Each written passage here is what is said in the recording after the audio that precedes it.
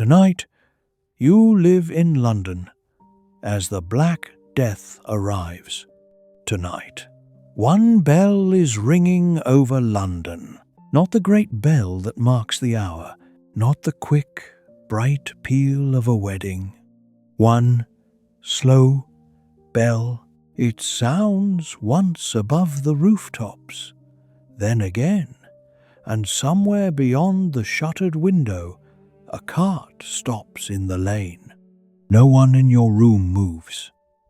The candle beside your bed burns with a small, steady flame. Rain touches the roof. The city is still alive around you. The baker below has banked his oven for the night. A dog is sleeping beneath the stairs. The River Thames continues to move through the darkness, carrying timber, grain, fish, wine, wool, and whispered news from places far beyond the city walls. For the moment, you are warm. For the moment, the door is barred. The fire is low, but living. And whatever has caused that bell to ring belongs to another street, not yours. So there is nowhere you need to go, nothing you need to solve. You may remain here, beneath the heavy woolen blanket, while medieval London closes itself around you. Over the next few hours, you will walk through its markets and churches, cross its crowded bridge, follow the river towards the wharves, and listen as ordinary people begin to understand that something unseen has entered their world. You will hear the rumors before anyone knows which are true. You will see familiar streets change one doorway at a time. But you will not be hurried. You will not be sent into danger. The city may ring its bells, whisper its prayers, and lock its gates. You may simply listen. Let the rain remain outside. Let the candle grow softer. Let the bell fade into the distance. Tonight, you live in London as the Black Death arrives. It is the autumn of 1348. The name Black Death does not yet exist. No one in the streets speaks of a plague that will be remembered for centuries. They use other words: pestilence, mortality, sickness, God's judgment. Or they avoid naming it at all. To name a danger is to admit that it may be real. And until recently, the stories belonged to distant places. They came first through merchants. Men arriving from across the Channel spoke of towns where doors remained closed through daylight. Sailors described harbors where ships waited without crews. A wool trader swore that entire households had vanished between one market day and the next. Most people listened, then continued working. London has always received stories from elsewhere. Ships bring salt from the coast, wine from Gascony, cloth, spices, iron, timber, and news. Some news is valuable, some is exaggerated, some grows larger each time it crosses a tavern. The city has heard of war, famine, rebellion, storms, miracles, comets, and monsters in foreign water.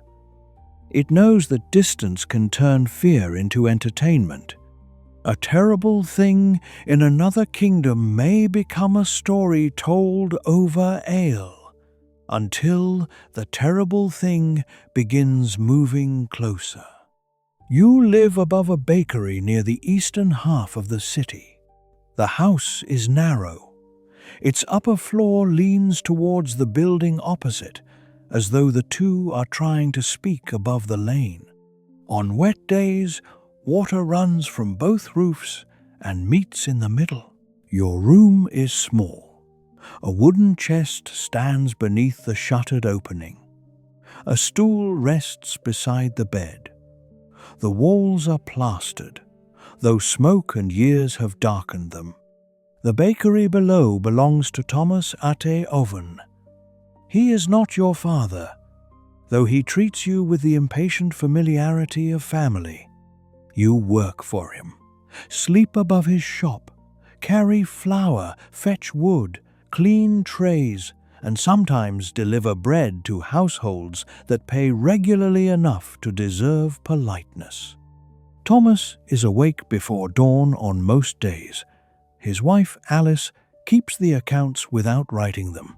She remembers every loaf owed, every coin delayed, every customer whose purse becomes mysteriously light at the bakery door. Their daughter, Margaret, is 12, and already better at judging dough than either of them admits. Tonight, all three sleep on the floor below, or they are trying to. The bell sounds again, slow, alone. You turn your head towards the shutter. The rain has weakened. In the quiet, London reveals itself in layers.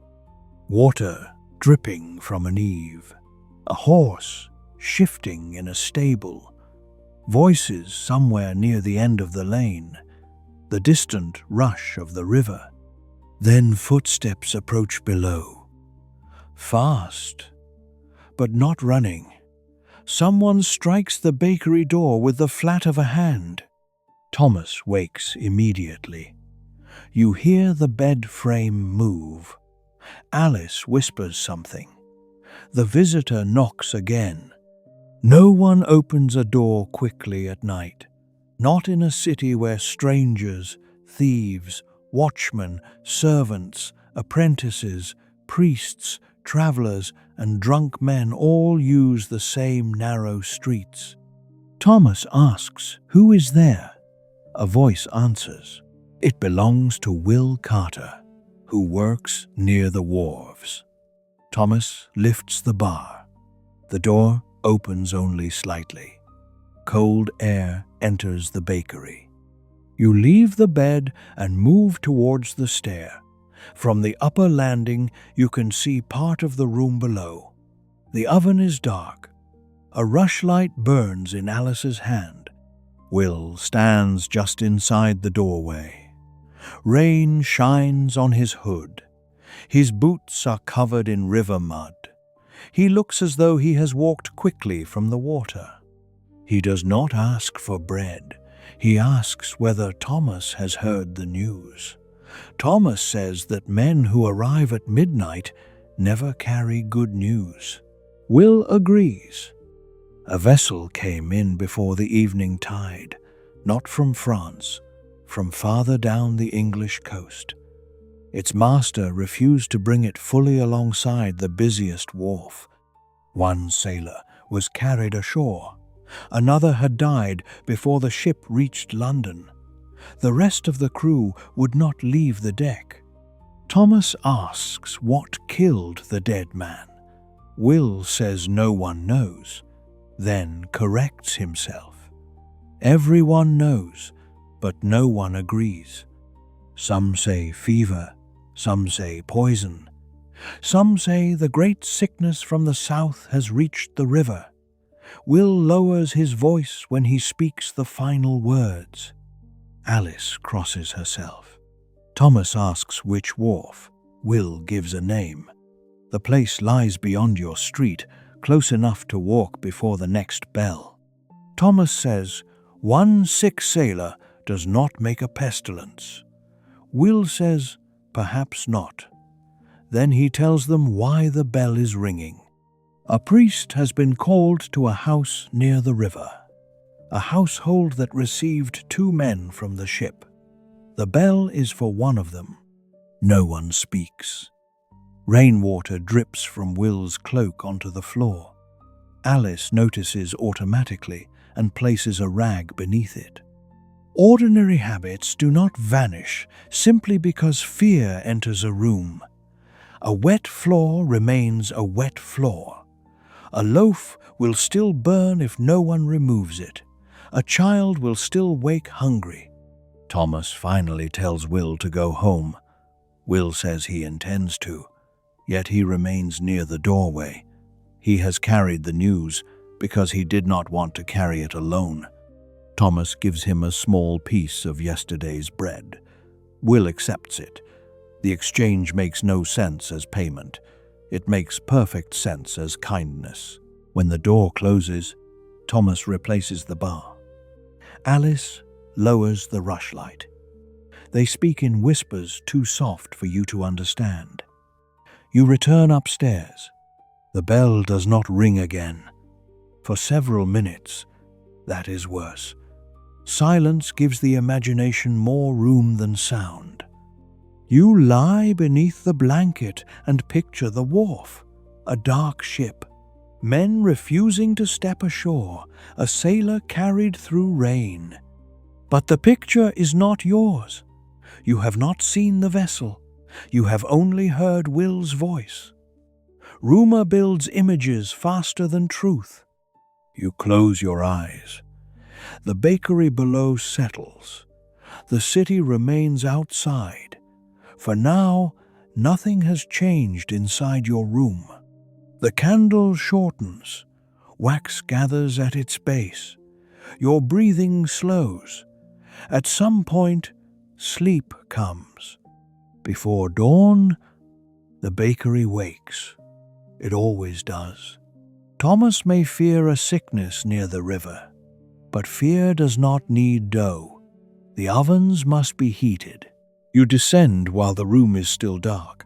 Alice has already measured flour. Margaret carries water.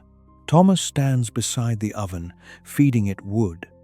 The night's conversation is not mentioned. This is not because it has been forgotten. It has been placed beneath the morning's work. People often survive uncertainty by giving their hands something familiar to do. Flour moves through the air.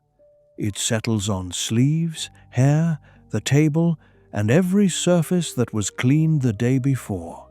Water is poured into a hollow at the center of the flour. Salt follows. Hands mix, press, fold, turn. The dough changes beneath pressure. Separate ingredients become one heavy living mass. Thomas watches it closely. The weather affects bread. Cold slows it. Heat changes it. Damp air alters the work. A baker learns to read a room through dough. Outside, the first city sounds begin. A shutter opens. A bucket scrapes across stone. Someone calls to a neighbor. The church bell marks the beginning of the day. This bell is ordinary. Its familiar sound eases something in the room. Night has ended. London still stands. The sickness, if sickness it was, has not emptied the lane. The city wakes in the same crowded manner as yesterday. Before the first deliveries, Thomas sends you to the roof loft for a bundle of dry kindling. A narrow ladder rises behind the upper room. You lift the hatch and step into cold dawn air. From here, London becomes larger than the lane. Roofs press together in uneven rows. Smoke climbs from hundreds of chimneys and roof openings, gathering beneath the grey sky. Church towers rise above timber houses. To the east, the stone walls and towers of the great fortress beside the river stand pale in the mist. Beyond them, ships wait along the Thames like dark leaves caught against the bank. The bridge stretches across the water, crowded even at this early hour. Its houses conceal much of the river. Only the moving current between stone piers reveals how wide the city's road of water truly is. Farther west, bells answer one another. A monastery roof catches the first weak light. Market crosses. Gardens, workshops, yards, and narrow lanes disappear beneath smoke. From above, no single house appears important. No single death could seem large enough to alter the whole view. Yet cities are not changed from above. They change behind shutters, at tables, beside beds, one room at a time. The city beneath you looks complete because distance hides every closed door. You carry the kindling back down. The first loaves go into the oven. Heat expands through the bakery. The smell of wood smoke becomes the smell of bread. There are few comforts more immediate. By sunrise, customers begin arriving. A servant from a wealthy household, 2 laborers, a woman carrying a basket, an apprentice who owes money, a boy sent by a priest. No one enters without news. The sick sailor has died. No, he recovered. The ship came from Bristol. No, it came from Southampton. There were 3 dead men aboard. There were 12. The crew carried black marks across their bodies. The crew had no marks at all. One customer claims the vessel never existed. Another claims he saw it himself. Both speak with equal certainty. Alice continues counting loaves. Thomas continues taking coins. You continue wrapping bread in cloth or placing it into waiting baskets. Rumor passes across the counter with every purchase. A woman, says the disease, entered England months ago through a southern port. A laborer says the French poisoned the wells. A servant says monks in another town have been ringing bells day and night. A fish seller says none of this matters because London is protected by its walls. Thomas asks whether walls stop air. The fish seller says they stop Frenchmen. Thomas says that was not the question. The room laughs. The laughter is brief but genuine. People prefer a joke to an answer no one has. By mid-morning, the street is fully awake. You carry a basket of bread outside. The rain has stopped, leaving the lane wet and shining. Upper floors lean above you. Signs hang from iron brackets. A painted boot marks a cobbler. A broad key marks a locksmith. A carved animal identifies a tavern for those who cannot read. The air carries many smells: bread, smoke, dung, wet wool, fish, tallow, leather, the river. Medieval London does not conceal the work of living. Your route carries you through a street where chandlers make candles. Inside one open workshop, lengths of wick hang from a wooden frame. A worker lowers them repeatedly into melted tallow, building each candle one thin layer at a time. The room is hot and greasy with smoke. Finished candles lie in pale rows. In ordinary weeks they light meals, prayers, accounts, and late work. Now people purchase them for vigils. Across the lane, a smith's hammer falls upon iron. Sparks leap briefly in the dim interior. He is shaping hooks for doors and brackets for shutters. Customers once asked for hinges, knives, and horseshoe nails. Today, several ask for stronger bars. Fear changes what a city orders from its craftsmen. Farther west, the lane widens beside a wealthy merchant's house. Its lower walls are stone. Glass fills parts of the upper windows. A servant empties scented water across the threshold. Inside the gate, a private yard separates the household from the street. Food arrives through servants. News arrives through servants. Danger is expected to stop at servants. A physician's horse waits outside. The animal wears a fine saddle. 2 poor women stand near the gate asking whether the household will distribute old bread. No one answers them. The contrast is sharp. One family purchases distance, another waits outside it. Yet the great house is not beyond fear. A shutter opens above. Someone looks down at the street, then closes it quickly. Stone walls make danger feel farther away.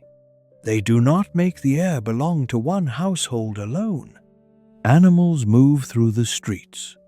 Carts press against pedestrians. Open drains carry rainwater and waste towards lower ground. People shout warnings, prices, insults, greetings, and prayers. The city is crowded, not because it is enormous by later standards, but because life is packed tightly within and around its walls. Houses, workshops, churches, yards, markets, inns, warehouses, and people compete for space. Privacy is rare. News travels quickly because walls are thin and streets are shared. You begin your deliveries. The first loaf goes to a household 2 lanes away, the second to a clerk attached to a church. The third basket must cross towards the market. Nothing in the morning looks like the beginning of disaster. That is what makes beginnings difficult to recognize. The world rarely announces when an ordinary day has become historical. A woman empties dirty water from an upper window after shouting a warning. You step aside just in time. 2 boys chase one another between carts. A butcher argues with a customer over weight. A priest walks quickly past, head lowered. 3 men unload barrels. A dog steals something from beneath a stall and disappears. London continues. Yet beneath its noise, you notice small changes. People are speaking in groups more often than usual. At one corner, 6 men surround a traveler. He has come from the west. His cloak is torn. His horse looks exhausted. The traveler says a village on the road closed its doors against strangers. He says another village has buried 5 people in 2 days. He says an inn refused him a bed after hearing where he had traveled. Someone asks whether he is ill. The men step back slightly. The traveler notices. His expression changes. News has made his body suspicious. He says he is tired, not sick. No one touches him. A tavern keeper offers water in a cup he does not expect to receive back. You move on. The basket grows lighter. The city grows louder. At the market, traders have arranged their goods beneath awnings. Onions, apples, herbs, fish, cloth, pottery, candles, leather, small iron tools, ribbons, pins, and second-hand clothing. Every object has passed through hands. A woman selling herbs has added new bundles to the front of her stall. Rue, sage, rosemary. She claims they protect the air. Yesterday, she sold them for cooking. Today, the same leaves promise safety. A customer asks how to use them. The herb seller gives 3 different answers. Burn them, carry them, place them beneath the pillow. A second seller interrupts and says, vinegar is better. A third says prayer is better than both. The argument attracts customers. Fear creates markets quickly. Where knowledge is uncertain, confidence becomes a product. The loudest answer may sound like the truest. You pass without buying anything. Alice has herbs at the bakery. Whether they protect against sickness is unknown. They improve stew. Near the market cross, a man stands on a low step. He is not an official herald. He speaks as though he is one. A crowd has gathered. He says the pestilence cannot enter a city that confesses its sins. He lists sins generously: pride, greed, lust, dishonest measures, working on holy days, women wearing clothing beyond their station, merchants cheating widows. Several listeners become uncomfortable only when he reaches the sins they recognize. A watchman tells him to move. The man says the watchman is silencing truth. The watchman says he is blocking traffic. The crowd disperses. The man continues preaching to fewer people. London has room for prophecy as long as it does not stop a cart. Your next delivery takes you towards London Bridge. The bridge is not an open stone crossing. It is a crowded street built above water. Houses, shops, chapels, and workshops rise along it. The river appears only in sudden gaps. Dark water moves beneath the arches. The current tightens where stone piers interrupt it. Boats pass carefully below. The bridge carries people, animals, goods, noise, smoke, and waste between the city and Southwark. A person can cross the Thames while barely seeing it. Today, more people than usual have stopped at the openings. They look east, towards the wharves, towards the ships, towards the place where rumor says a sick sailor came ashore. You stop as well. The river is busy. Small boats move between larger vessels. Men shout from decks. A crane lifts cargo. Gulls circle. Nothing identifies the ship from Will's story. Perhaps it lies beyond sight. Perhaps it has already moved. Perhaps no such ship came at all. Then a boatman beside you points towards a vessel moored farther downriver. Its sail is furled. No one appears on deck. A narrow boat has drawn alongside it. Two men stand in the smaller craft. One holds a pole. The other refuses to climb aboard. The people watching from the bridge begin creating explanations. That is the ship. It cannot be. The mast is wrong. The flag is missing. Someone says the crew are all dead. At that moment, a man appears on deck. The claim changes immediately. He is the only survivor. You cannot see his face. Distance turns him into a dark shape. He lifts one arm towards the smaller boat. The boatman beside you says the vessel is not from the south at all. He knows its owner. It carries timber. It arrived 3 days ago. The crowd loses interest. Fear searches for a new object. You continue across the bridge.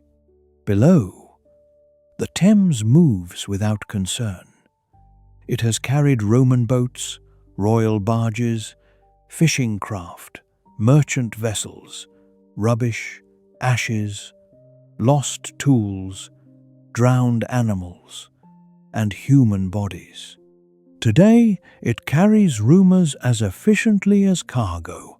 On the southern side, Southwark feels both connected to London and separate from it. Inns receive travellers arriving from roads beyond the city. Stables hold tired horses.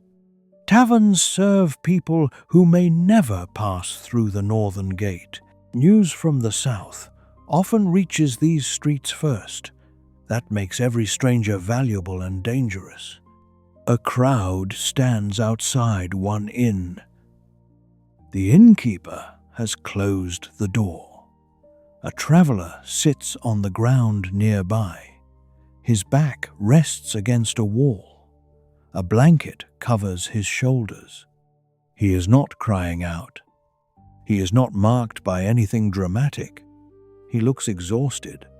That is enough. People maintain their distance. A woman leaves a cup of water near him, then moves away before he reaches for it. A priest speaks to him from several steps back. You cannot hear the questions. You see the traveler nod, then shake his head, then lower his face into his hands. The crowd watches. No one knows what action would be correct. Kindness draws people closer. Fear holds them back. The priest finally approaches. He places one hand on the traveler's shoulder. The crowd murmurs. The gesture is either brave or foolish. Perhaps both. You continue walking. The bread in your basket belongs to a household near the road. You deliver it quickly. The woman at the door pays without inviting you inside. She asks whether London has closed its gates. You say no. She asks whether it will. You do not know. She closes the door. The bar falls into place before you reach the street. On the return journey, the bridge feels more crowded. Carts struggle through the center. Pedestrians press close to buildings. A flock of sheep blocks movement. Ordinary irritation returns. People complain. A man curses. A child laughs at a sheep wearing a scrap of cloth around its neck. For several minutes, pestilence disappears beneath traffic. That is how fear behaves in a living city. It does not occupy every thought continuously. It rises, fades, returns when a bell sounds or a stranger coughs. You reach the bakery after midday. Thomas asks why the delivery took so long. You tell him about the crowd on the bridge.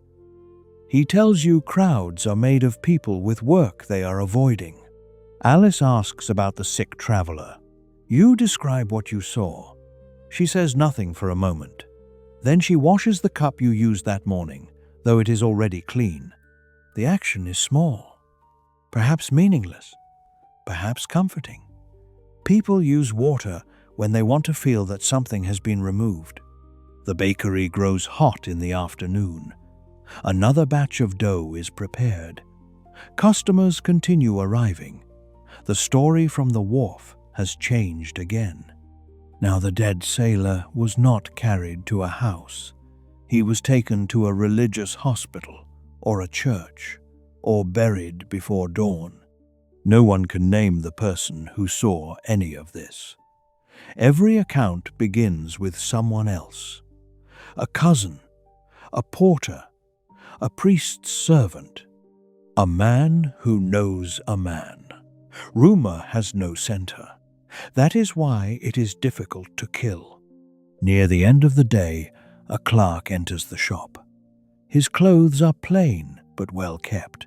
He purchases 4 loaves. Thomas asks whether the city authorities have issued instructions. The clerk says no general order has been given. The gates remain open. Markets remain open. The river remains open. He advises people not to gather around sick strangers. This advice would be more useful if London were not built from gatherings. Markets, workshops, churches, inns, shared houses, narrow lanes. A person can avoid one crowd only by entering another. Thomas asks whether the sickness is truly in the city. The clerk looks towards the other customers. He chooses his words carefully. There are deaths. There are always deaths. There are fevers. There are always fevers. What matters, he says, is whether deaths begin appearing in greater number, and whether they appear in places with no clear connection. Until then, panic serves no one. His answer is sensible. It comforts no one. He leaves with the bread. At sunset, church bells mark the hour. The sound spreads across London from tower to tower. So many churches stand within the city that bells shape the day. Prayer, work, warning, death, celebration, and time all travel through bronze. Tonight, you listen differently. One bell begins, another answers, then a third. Most are ordinary, perhaps all are ordinary. But once fear enters hearing, every sound becomes evidence. The bakery closes. The door is barred. Leftover bread is counted. Coins are placed away. Alice prepares a meal of pottage with onion and herbs. Margaret asks whether the herbs protect them. Alice says they protect the pottage from tasting like water. Thomas laughs. You eat near the low fire. For a little while, the household discusses ordinary things. The price of flour, a cracked tray, a customer who still owes money, Margaret's torn sleeve, the amount of dry wood remaining. Normal conversation is not denial, it is shelter. After the bowls are cleared, Thomas speaks about the sailor. He says no one from the household will go near the wharves tomorrow. Deliveries east of the bakery will be delayed. Alice says customers will complain. Thomas says living customers complain. Alice gives him a look. He realizes the sentence is darker than he intended. Margaret asks what the sickness does. The room becomes still. Adults often fear questions that children ask plainly. Thomas says it brings fever. Alice says many illnesses bring fever. Margaret asks whether people recover. Thomas says some do. He does not know whether this is true. He says it because the alternative would offer nothing useful. Alice sends Margaret to prepare for sleep. The girl climbs the stairs slowly. You remain beside the fire. Thomas speaks more quietly. A messenger came to the lane while you were delivering bread. The house of a cooper near the river has closed its door. 3 people inside are ill. One of them helped unload a vessel 5 days ago. No one knows which vessel. No one knows whether the information is accurate. Still, neighbors have begun avoiding the house. A mark has not been painted on the door. That belongs to later customs and other outbreaks. For now, the closed door itself is enough. Thomas says he knew the cooper, bought a barrel from him last year, a loud man, honest with wood, dishonest with prices. Alice asks who is bringing food to the household. Thomas does not answer. The question remains in the room. Fear closes doors. Hunger opens them. Someone will eventually have to approach. A knock comes from outside. All 3 of you freeze. The sound is gentle, not Will's urgent hand from the night before. Thomas asks who is there. A woman answers. She lives 2 houses away. Her name is Joan. Her husband has not returned from work near the river. She asks whether anyone has seen him. Thomas opens the door only enough to speak. Joan stands beneath a hood. A small boy holds her hand. The child looks towards the warm room behind Thomas. No one has seen her husband. Thomas asks where he works. Joan names a warehouse close to the Cooper's Lane. Alice brings a loaf. She passes it through the opening. Joan tries to refuse payment she cannot make. Alice tells her to pay tomorrow. Everyone understands that tomorrow is not the point. The door closes again. Thomas says he will ask at the warehouse after sunrise. Alice tells him he will do no such thing. They argue in whispers. You listen. Both are right. A neighbor may need help. A dangerous street may need avoiding. The city's crisis will be built from thousands of choices like this. Approach or withdraw. Open or bar. Share or save. Trust or suspect. No bell can decide these things for everyone. They will be decided house by house. You climb to the upper room. Margaret is already asleep behind a hanging cloth. Rain has begun again. The candle is where you left it. You open the shutter slightly. Cold air enters. The lane below is mostly dark. A lamp moves at the far end. Two men walk beside a handcart. The cart appears empty. Its wheels pass slowly over wet ground. One man carries a lantern. The other stops outside Joan's house. He speaks quietly at the door. You cannot hear the words. A moment later, Joan cries out. The sound is brief, then covered by her own hand. The men continue. The empty cart follows them into darkness. Joan's husband will not return. Whether he died of the feared sickness, an accident, fever, or something else, you do not know. The city does not wait for certainty before grief begins. A bell rings. One slow note, then another. This time, you know whose house is listening. You close the shutter. The candle bends in the moving air. Below, Alice crosses the floor. Thomas lifts the door bar as though checking it, then lets it fall back into place. The bell continues. You return to bed. The blanket feels heavier than before. London remains beyond the wall. Thousands of candles, thousands of rooms, thousands of people listening to the same bells and imagining different meanings. The sickness has not yet reached your street. At least, no one can prove that it has. But something else has arrived first. Expectation.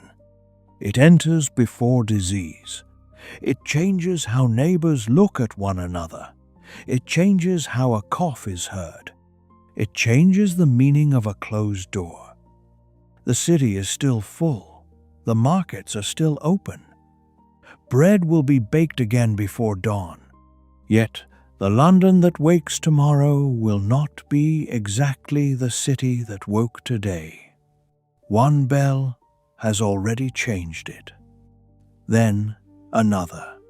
You let the sound move farther away. You feel the mattress beneath you, the wool over your shoulders, the solid wall beside the bed. The door below is barred. The oven stones still hold a little warmth. The household is near. There is nowhere you need to go tonight, no message you need to carry, no street you need to cross. Let the bells belong to the city. Let the rain soften them. Let the river continue through the darkness.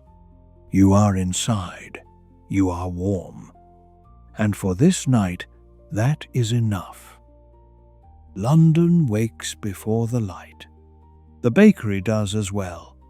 Thomas is already below when you open your eyes. The oven door stands open and firelight moves across the floor. For a moment, the night feels distant. Then you hear Joan crying in the neighboring house. Not loudly now. The sound comes in short, exhausted breaths. Grief has remained awake while the rest of the lane tried to sleep. Thomas does not mention it. He feeds the oven. Alice measures flour. Margaret carries water without asking questions. The household works more quietly than usual. Every sound seems to travel farther. A wooden bowl placed on the table. a knife set down, a cough from somewhere beyond the wall. No one in the bakery is ill. Still, each cough belongs to everyone now. Fear has made the body public. A throat cleared in one room becomes a question in the next. The first loaves enter the heat. Bread begins to rise. Outside, the lane remains dark. A watchman passes with a lantern. His staff touches the ground at regular intervals. Tap, step, tap. He calls the hour. His voice is steady. The city pays him to sound steady. Even when the streets are changing, someone must speak as if time still follows order. By dawn, Joan's door remains closed. No smoke rises from her chimney. Thomas looks towards it twice. Alice notices both times. He says he should ask whether the boy needs food. Alice says food can be left at the door. Thomas says a door does not answer questions. Alice says questions do not cure sickness. Neither raises a voice. The argument is not truly between them. It is between duty and fear. Both have entered the bakery. Thomas places 2 small loaves in a cloth. He carries them outside. You watch through the open doorway. The lane is grey with morning. Water shines between stones. Thomas crosses the few steps to Joan's house and places the bundle near the threshold. He knocks. No answer. He knocks again. Still nothing. Then the bar lifts. The door opens only a little. Joan's face appears in the darkness. Her eyes are swollen. She says the boy is asleep. Thomas tells her the bread is on the ground. She asks whether he has heard anything from the warehouse. He says no. This is true. Joan nods as though the answer confirms something she already knew. Then she closes the door. Thomas returns. Alice asks whether Joan touched the bread. Thomas says no. Alice asks whether Joan looks ill. He says she looks widowed. Alice does not reply. There is no measure for that condition. The bakery opens. Customers arrive later than usual. Some come carrying their own cloths and refuse to place hands on the counter. Others stand close and speak too loudly, as though noise can prove courage. A man asks for 6 loaves. He usually buys 2. Alice notices. She asks whether he is feeding a wedding. He says he prefers to be prepared. Prepared for what? She asks. He does not answer. More customers buy extra bread. Some buy less because they are saving coins. Fear makes people store and withhold at the same time. The city begins pulling in opposite directions. By mid-morning, a rumor reaches the shop that 2 gates may close before sunset. No one knows which gates. No order has been posted. No herald has spoken. Still, the rumor is enough. People begin moving towards home. Servants are sent to collect goods. Carts appear in greater number. The market opens, but several stalls remain empty. A fish seller has not arrived. A cloth merchant keeps his goods wrapped. An herb seller has doubled her prices. Thomas sends you on a shorter delivery route. Only 3 households, none near the river. He tells you to return before the bells mark noon. You carry the basket into streets that feel familiar and altered. Nothing has disappeared completely. The city is still crowded, yet people no longer linger. Conversations happen close to walls. Doorways close sooner. A stranger asking directions receives answers without welcome. At one corner, a group surrounds a written notice nailed to a post. Most cannot read it. A clerk stands nearby and reads aloud. The notice concerns cleanliness. Waste should not be thrown where it blocks the street. Dead animals should be removed. Standing water should be cleared. The rules are not new. Their urgency is. People listen more carefully because fear has made ordinary filth seem newly visible. A butcher protests that the drain behind his stall belongs to the neighboring property. The neighbor says the blood comes from the butcher's work. The clerk tells both men to clear it. They argue about responsibility. The sickness remains invisible. The drain does not. So anger settles where the eye can reach. You continue. Near a church, men carry benches outside. At first, you think repairs are beginning. Then you see straw being spread across the floor inside. A priest speaks with two women. One carries cloth. The other carries a pot. The building is being prepared to receive sick people. Not many. A few. The kind of preparation that hopes never to be used. You pause at the doorway. The church smells of wax, damp stone, and cold air. Sunlight enters through narrow windows. Dust turns in the light. A carved saint watches from one wall. Candles burn beneath him. People have begun leaving more offerings. Wax, coins, bread. Fear gives value to whatever can be placed between danger and the self. Prayer is one such thing. Charity is another. Distance is a third. The priest notices you. He asks whether the basket contains bread. You say it belongs to customers. He asks whether the bakery has any old loaves to spare. Not today, perhaps. Tomorrow. You promise to tell Thomas. The promise feels small. Still, the priest thanks you. Outside, bells begin. Not funeral bells. The hour. You count quickly. You still have 2 deliveries. The streets are tightening around noon. Carts block one lane. A man has overturned a barrel. Apples roll through mud. Children gather them faster than the owner can shout. For several minutes, the city becomes itself again. Anger, laughter, bargaining. Then someone coughs near the edge of the crowd. People move away. The apples remain on the ground. The coughing man looks embarrassed. He covers his mouth, says the dust caught his throat. No one answers. Fear has turned a simple cough into a public accusation. The man leaves alone. You complete the final delivery. The household belongs to a minor merchant. A servant opens the door.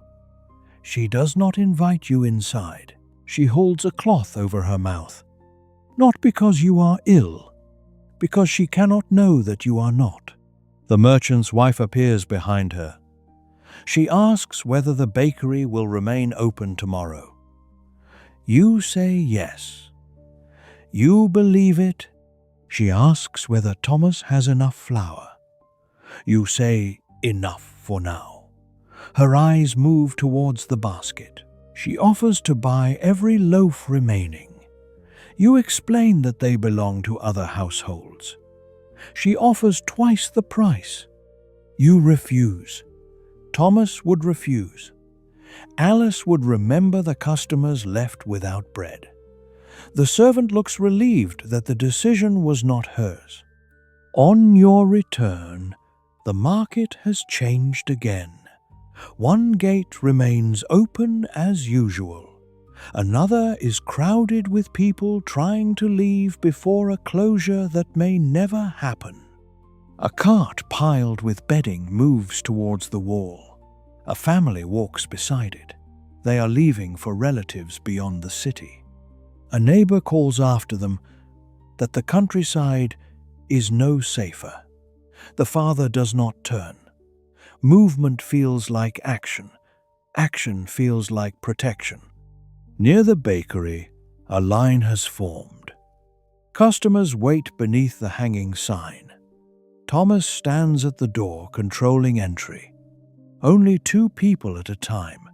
This is new. The shop has always been crowded. Now the same closeness feels dangerous. Inside, Alice has divided the remaining bread. 1 loaf per household. No exceptions. Money no longer decides everything. A wealthy servant protests. Alice tells him his master has a kitchen. The servant says the kitchen lacks bread. Alice says so do the people behind him. Thomas hides a smile. The servant leaves angry. No one follows him.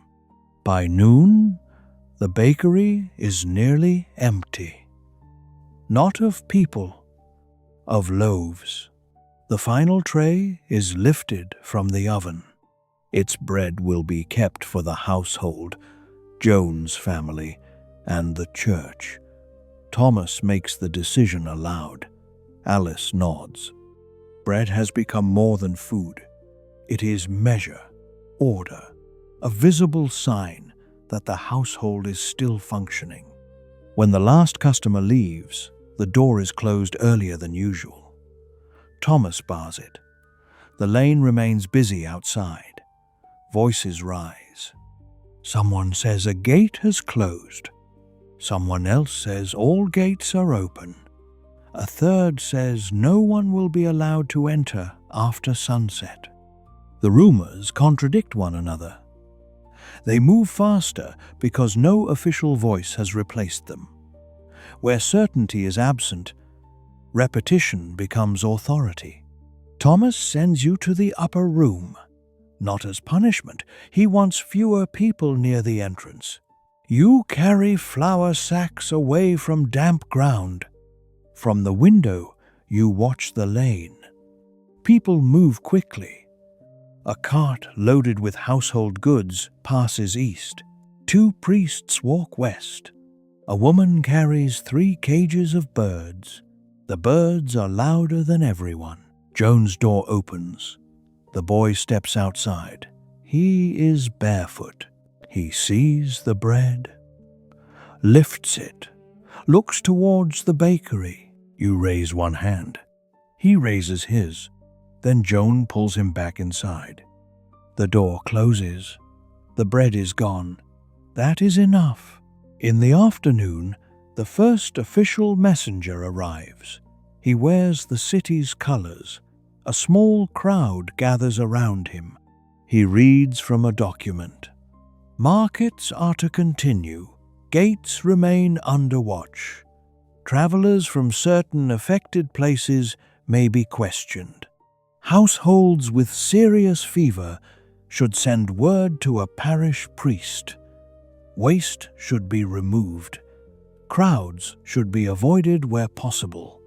The final instruction makes several people laugh. They are standing in a crowd to hear it. The messenger does not laugh. A woman asks whether the sickness is in London. He says cases of severe fever have been reported. The crowd presses closer. She asks how many. He says numbers are uncertain. Someone asks whether the river will close. He says no. Someone asks whether churches will close. He says no. Someone asks whether the dead sailor came from the ship at the wharf. The messenger says he has no information about any sailor. The crowd becomes louder. Official uncertainty feels less satisfying than rumor. The messenger repeats the notice, then moves to the next street. People remain. They interpret. argue, add details he never said. By evening, London has received an instruction and created 10 different versions of it. Thomas listens to 3 before closing the shutter. He says the city would improve if people repeated words accurately. Alice says the city would become silent. Thomas admits this is true. The household prepares another simple meal. There is less bread than usual, more pottage. The church loaf remains wrapped near the door. After eating, you and Thomas carry it through the streets. Alice does not want him to go alone. She does not want either of you to go. She chooses 2 people because one cannot be prevented. The decision is practical and unhappy. The city at dusk feels larger. Shops have closed. Torches appear at corners. Church bells call people towards prayer. You walk with distance between yourself and strangers. Others do the same. The street has learned a new shape. At the church, the straw remains. 2 sick people lie near the side wall. A curtain divides them from the nave. One is an old woman. The other is a young man. Neither appears violent or monstrous. They are simply weak. A woman sits beside the old one, wiping her face. The priest receives the bread. He thanks Thomas. Thomas asks whether the illness is the great pestilence. The priest says he does not know. He has seen fever before. He has seen death before. This feels different only because fear arrived first. Thomas asks how many have come. The priest says, 4 since morning. 2 were sent elsewhere. 2 remain. He expects more. The words settle between the stone walls. More. You look towards the young man. His eyes are open. He watches the ceiling. A cup rests beside him. His hands shake beneath the blanket. No mark announces what is happening inside his body. The priest says, the sick need water, cloth, food, and people willing to remain nearby. Thomas looks at him. The priest looks back. No one volunteers. No one refuses. The question remains for another day. You leave the church. Outside, night has arrived. The bells continue. Not funeral bells alone. Prayer bells, hour bells, warning bells. The city's many meanings overlap. On the return journey, Thomas chooses a different street. He says the main road is crowded. The narrower lane passes behind several workshops. Most are closed. One glows with lamplight. A barber is speaking with a customer through the doorway. The customer asks about bloodletting. The barber says it may help some fevers. A woman behind him says it may weaken the sick. Another man recommends cupping. A fourth recommends smoke from burning herbs. Medical knowledge exists. So does confusion. Observation, tradition, religion, and guesswork stand beside one another. No one has a clear answer. That does not stop answers from being sold. A small queue waits outside the barber's shop. Thomas walks faster.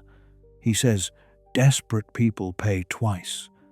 The barber hears him and says, bakers know the same. Thomas does not reply. Bread is different. Then again, every trade believes its necessity is special. Near the lane, a handcart stands beneath a torch. 2 bodies lie beneath cloth. The cart driver speaks with a parish clerk. The forms beneath the cloth are still. One is small. The clerk writes nothing. He carries a counting board. Small marks have been made in wax. Deaths are beginning to become numbers. The city must count eventually. Burials require ground. Priests require time. Carts require routes. Numbers are practical. They are also merciless. 2 covered forms become 2 marks. A household becomes a total. You pass quietly. Thomas removes his cap. The cart driver nods. Everyone continues. Back at the bakery, Alice opens the door before you knock. She has been waiting near it. Her relief appears as anger. You took too long. Thomas says the streets were crowded. Alice says the streets will remain crowded without your help. Margaret asks whether the church was full of sick people. Thomas says no. This comforts her. He does not say that it may be tomorrow. Some truths arrive too early to be useful. That night, the household sleeps badly. The bakery is warmer than outside. The door is barred. The oven stones hold heat, yet the city presses closer. A cough from the next building. Footsteps at midnight. A cartwheel turning. You wake before the bell. Someone is knocking again. Not at the bakery. At Joan's house. A priest stands in the lane. A lantern hangs from his hand. Joan opens the door. They speak quietly. The boy appears behind her. No one is carried out. No one cries. The priest enters. The door closes. You remain at the window. Minutes pass. The lane is empty. The bakery sleeps. The priest does not emerge. At last, you return to bed. Rain has stopped. The air feels colder. When morning comes, Joan's shutter remains closed. The boy does not appear. Thomas places another loaf outside. This time, no hand takes it. The day begins anyway. Bread is mixed. The oven is heated. The city wakes. Work protects the mind for a little while. Before the first customers arrive, a bell begins at the nearest church. Slow, measured, death. Another church answers from farther away. Then another. The sounds overlap. London has always buried people, but the bells are closer together now. The pauses between them are shorter. Thomas stands still beside the oven. Alice stops counting. Margaret holds a bowl against her chest. No one speaks until the bells end. Then Thomas says the dough will overproof. The household moves again. This is how the city continues. Not because people are unafraid, because bread still rises. By the end of the morning, Joan's door opens. The priest steps outside. He looks older than the night before. Thomas crosses the lane. Alice calls after him. He does not stop. You watch from the bakery entrance. The priest speaks. Thomas lowers his head. Joan is alive. The boy is alive. Neither is well. Her husband's body was brought home after death. The priest says that may have exposed them, or perhaps the sickness was already present. No one knows. The house will remain closed. Food and water must be left outside. Thomas asks whether anyone will stay with them. The priest says he will return. A woman from the parish has agreed to help. Thomas looks towards the dark doorway. Joan does not appear. The boy does not appear. He returns to the bakery. Alice washes his hands with warm water and vinegar. She does it without asking. Thomas allows it. The smell of vinegar fills the room. Sharp, clean, comforting. Whether it protects him is uncertain. The act itself gives the household a boundary. Outside, inside, touched, washed, danger, order. The first customers arrive. They see the closed house. They ask questions. Thomas answers none.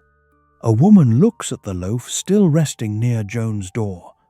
She crosses the street to avoid it. Another person turns back entirely. The lane has changed. One closed house now shapes everyone's path. People walk in an arc around it. Children are called indoors. A cart chooses another route. The bakery door remains open, but fewer customers enter. The sickness has not crossed your threshold. Still, it has reached your street. Not as a body carried through the door, as absence. No smoke, no voices, no child at the window. The city's first transformation is not always noise. Sometimes it is one familiar house becoming silent. You notice the silence each time you turn. By afternoon, a small wooden cross has been placed beside Joan's door. Not an official mark, the priest's doing. A sign that the household needs prayer and distance. People interpret it in different ways. Some stop and cross themselves, others hurry past. One woman leaves onions near the step. A man leaves water.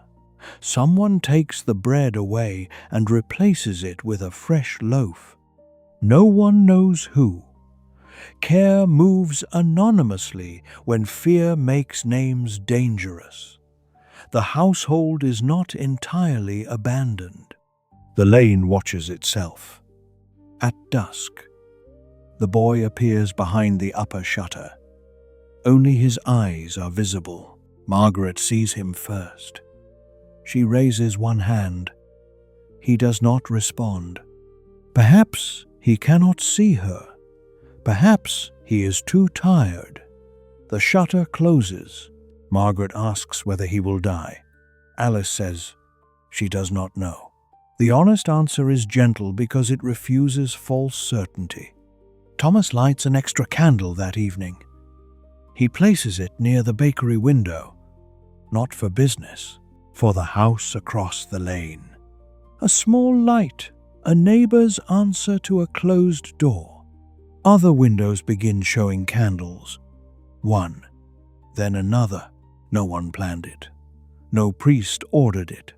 The lane chooses together without meeting.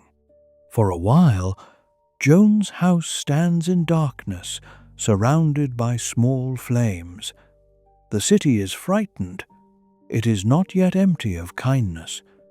You sit near the bakery window. The candle burns steadily. The night beyond it is cold. A cart passes at the far end of the lane. Church bells ring from another parish. The Thames moves through darkness. Thomas locks the door.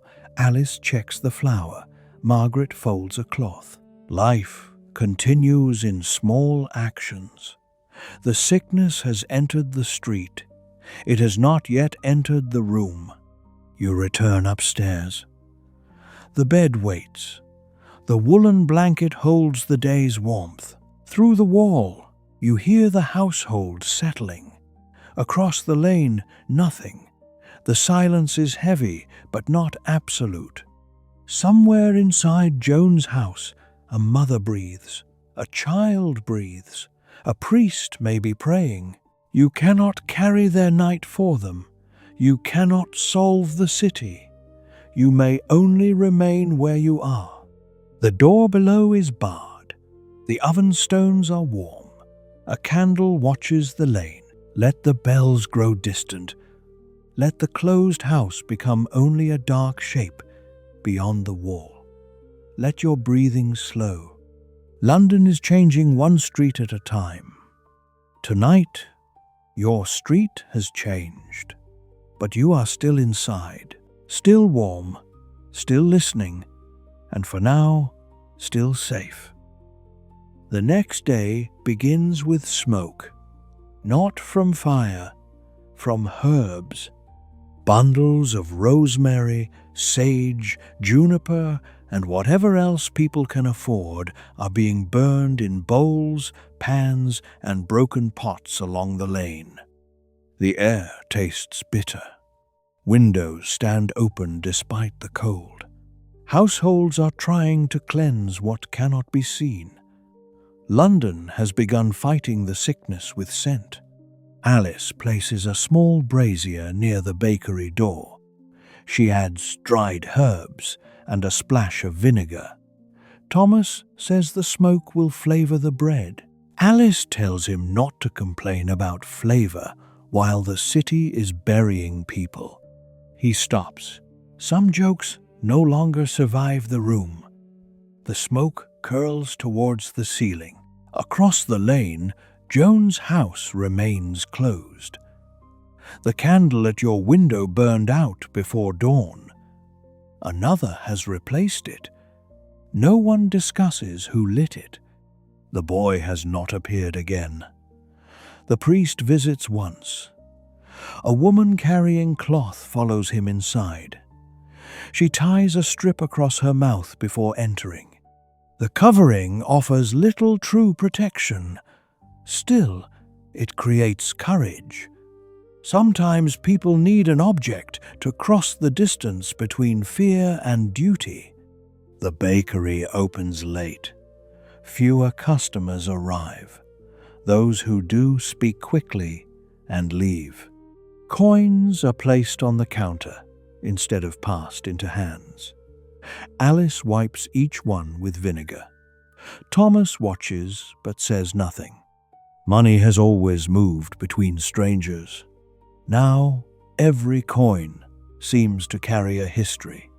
Whose hand held it last? Which street it crossed? Which door it entered? The same small piece of silver may travel farther in one day than most people do in a year. No one can know what travels with it. By mid-morning, a parish clerk comes to the bakery. He carries no basket, only a wax tablet and a tired expression. He asks Thomas how many people live in the house. 4, Thomas says. Then he looks at you. 5. The clerk marks the number. He asks whether anyone has fever. No. Cough. No. Swelling. No. He makes another mark. The questions are plain. Their meaning is not. The city is beginning to count the living as carefully as the dead. The clerk asks about Joan's house. Thomas says 2 remain inside. The clerk already knows. His tablet contains more marks than yesterday. Before leaving, he gives instructions. If anyone in the bakery becomes ill, the parish must be told. If death comes, the body must not remain in the house longer than necessary. If the household needs food, word should be sent before evening.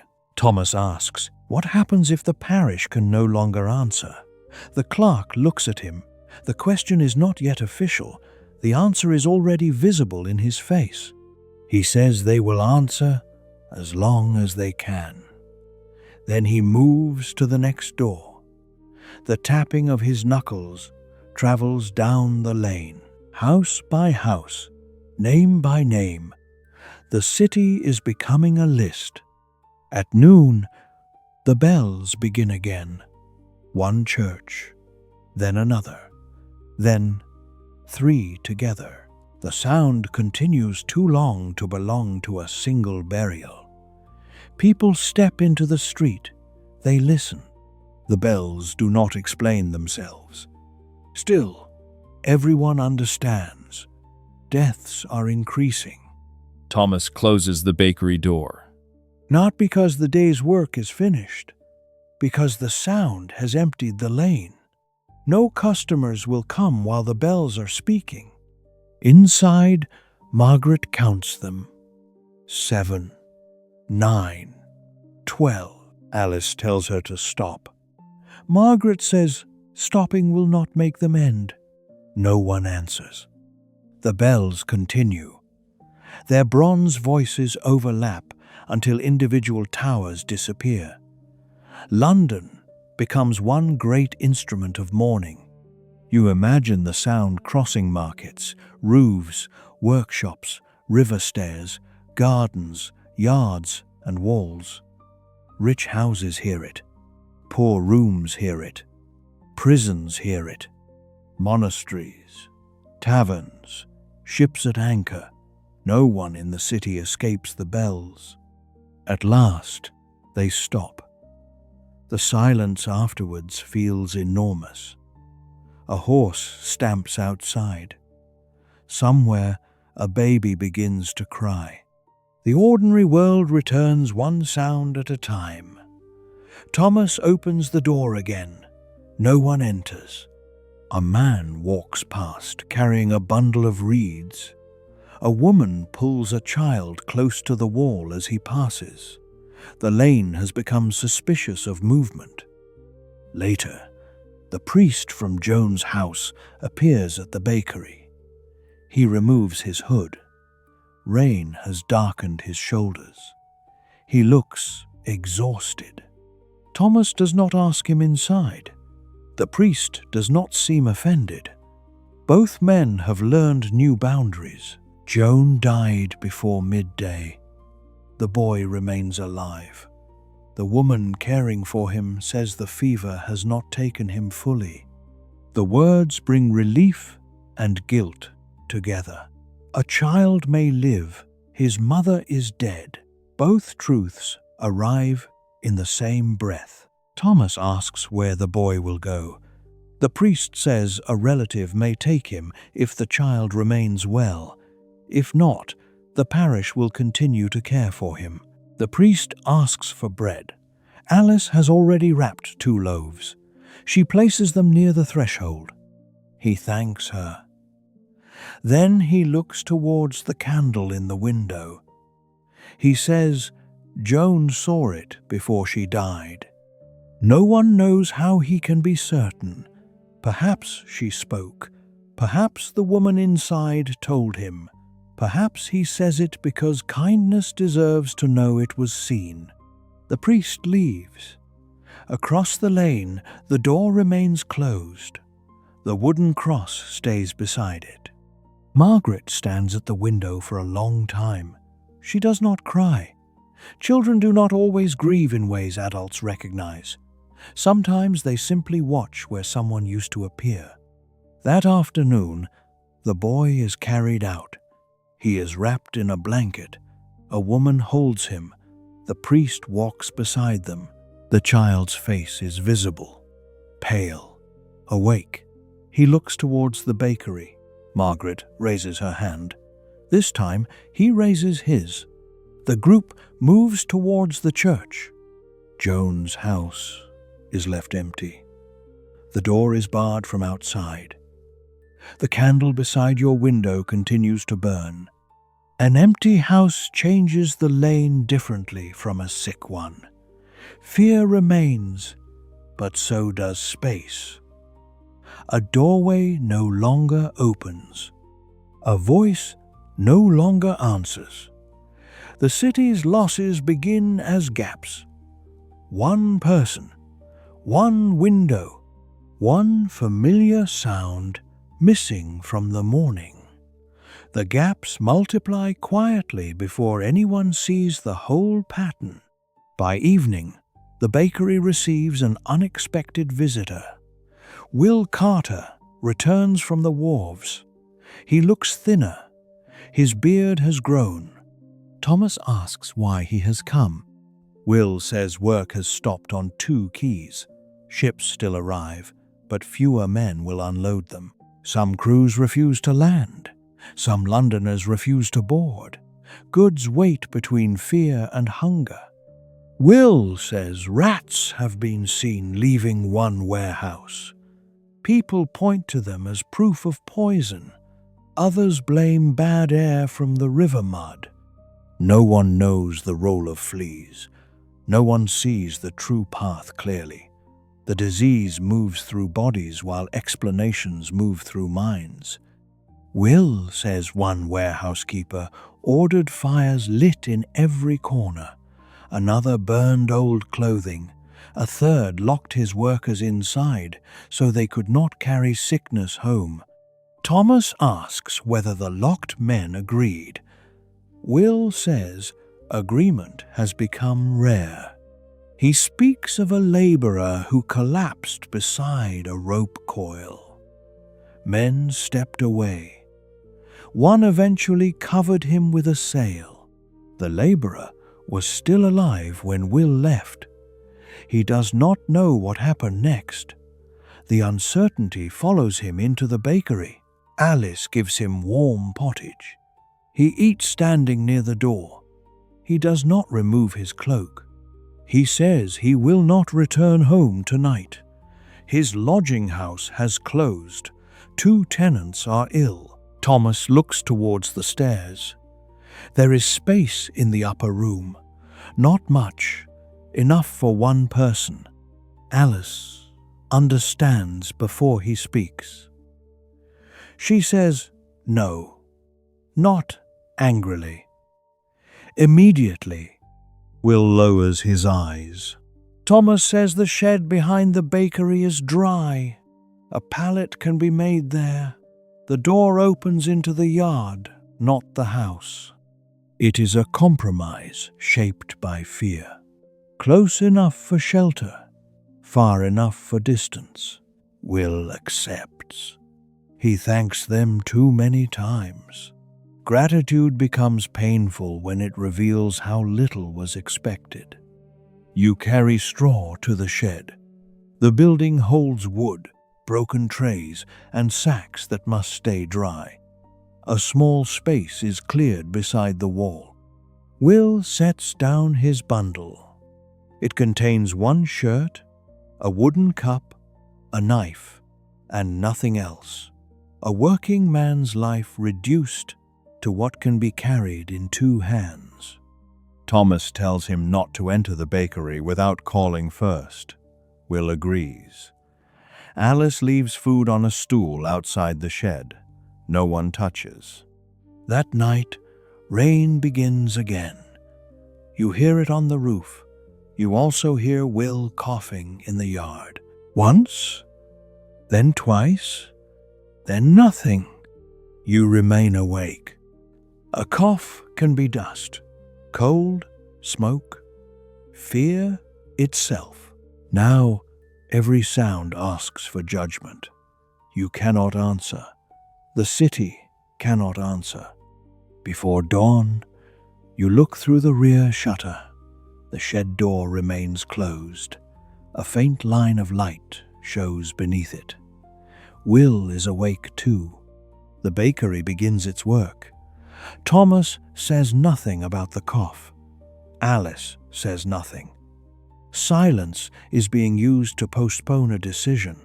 The first task is fire, wood, flame, heat, then flour, water, salt, hands. The familiar sequence holds. You focus on dough, its weight, its texture, the way it changes under pressure. The body trusts repetition before the mind does. After sunrise, Thomas crosses the yard. He stands outside the shed. He asks how Will feels. Will says cold, tired, nothing more. Thomas asks about fever. Will says no. Thomas asks about the cough. Will says smoke from the wharf. The answer may be true. It may be hope speaking. Thomas leaves a cup of hot drink near the door. Will waits until he has stepped away before taking it. Distance has become etiquette. At the front of the bakery, a crowd forms unexpectedly. Not for bread, for news. A royal proclamation is being read at the end of the lane. People gather despite every warning against crowds. Fear wants witnesses. The proclamation calls for prayer, order, and obedience. Officials are to maintain markets where possible. Clergy are to serve their parishes. Bodies must be buried. Prices must not be raised unfairly. Travelers should not spread false reports. Every instruction assumes enough people remain to carry it out. For now, they do. The city still has clerks, priests, watchmen, diggers, bakers, carters, and servants. But every household has begun asking the same question: for how long? After the proclamation, arguments begin.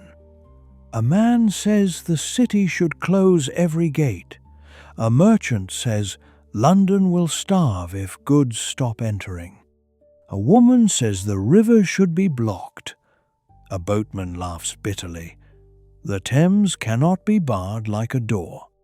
Another man says the sick should be removed beyond the walls. Someone asks who will carry them. No one volunteers. Plans are easy in a crowd. The work hidden inside them is harder. Every command requires hands. The crowd disperses when rain grows stronger. People return to shelter. The proclamation remains in memory, altered almost immediately. By midday, customers have arrived from other streets. Their own bakers are ill, gone, or closed. Thomas limits each person again. The shop becomes tense. A woman begs for more bread. She has 6 children. A man behind her says everyone has children. She turns on him. He apologizes before the argument grows. Alice gives the woman 1 extra loaf. The man says nothing. Rules bend where faces become specific. A servant arrives with a purse from a wealthy household. He offers to buy the entire next baking. Thomas refuses. The servant says his master can pay. Thomas says the oven does not grow larger for silver. The servant threatens to report him. Alice tells him to report that the bakery sold bread to the street. He leaves, furious. No one envies his money. Outside, a cart passes carrying bodies beneath cloth. This one is fuller than the last. 2 men pull it. A boy walks behind. No priest accompanies them. The bells have become too frequent for every cart to receive ceremony. People step aside. Some pray. Others look away. A small hand is visible beneath one cloth. The boy behind the cart reaches forward and covers it. The gesture is careful. The cart turns the corner. The street closes behind it. Within moments, bargaining begins again at the bakery door. Grief and hunger do not wait politely for each other. They occupy the same hour. The city learns to hold both. In the afternoon, you carry bread to the church. Thomas does not come. The bakery cannot spare him. He gives you strict instructions. Leave the basket. Do not enter the sick area. Do not linger. Return by the widest street. You promise. The church is more crowded than before. Straw covers much of the floor. Blankets divide bodies into uneven rows. The smell reaches you before the doorway. Sweat, vinegar, smoke, wax, human waste, damp cloth. Priests move between the sick. So do women from the parish. A young apprentice carries water. No one has enough time. One man calls repeatedly for his brother. No one answers. The priest sees you. He comes to the door. His face is gray with exhaustion. You give him the bread. He asks whether Thomas can send more tomorrow. You say you will ask. Behind him, someone begins praying loudly. Another person asks for quiet. A third begins to cry. The church was built to hold voices. Now it cannot separate them. Pain, prayer, fear, and command rise into the same stone roof. The priest notices you looking. He says the building will not be enough. A second church is being prepared. Perhaps a guild hall. Any large enclosed space may become shelter or danger. The difference grows uncertain. You ask about Joan's boy. The priest says he has been taken by his mother's sister.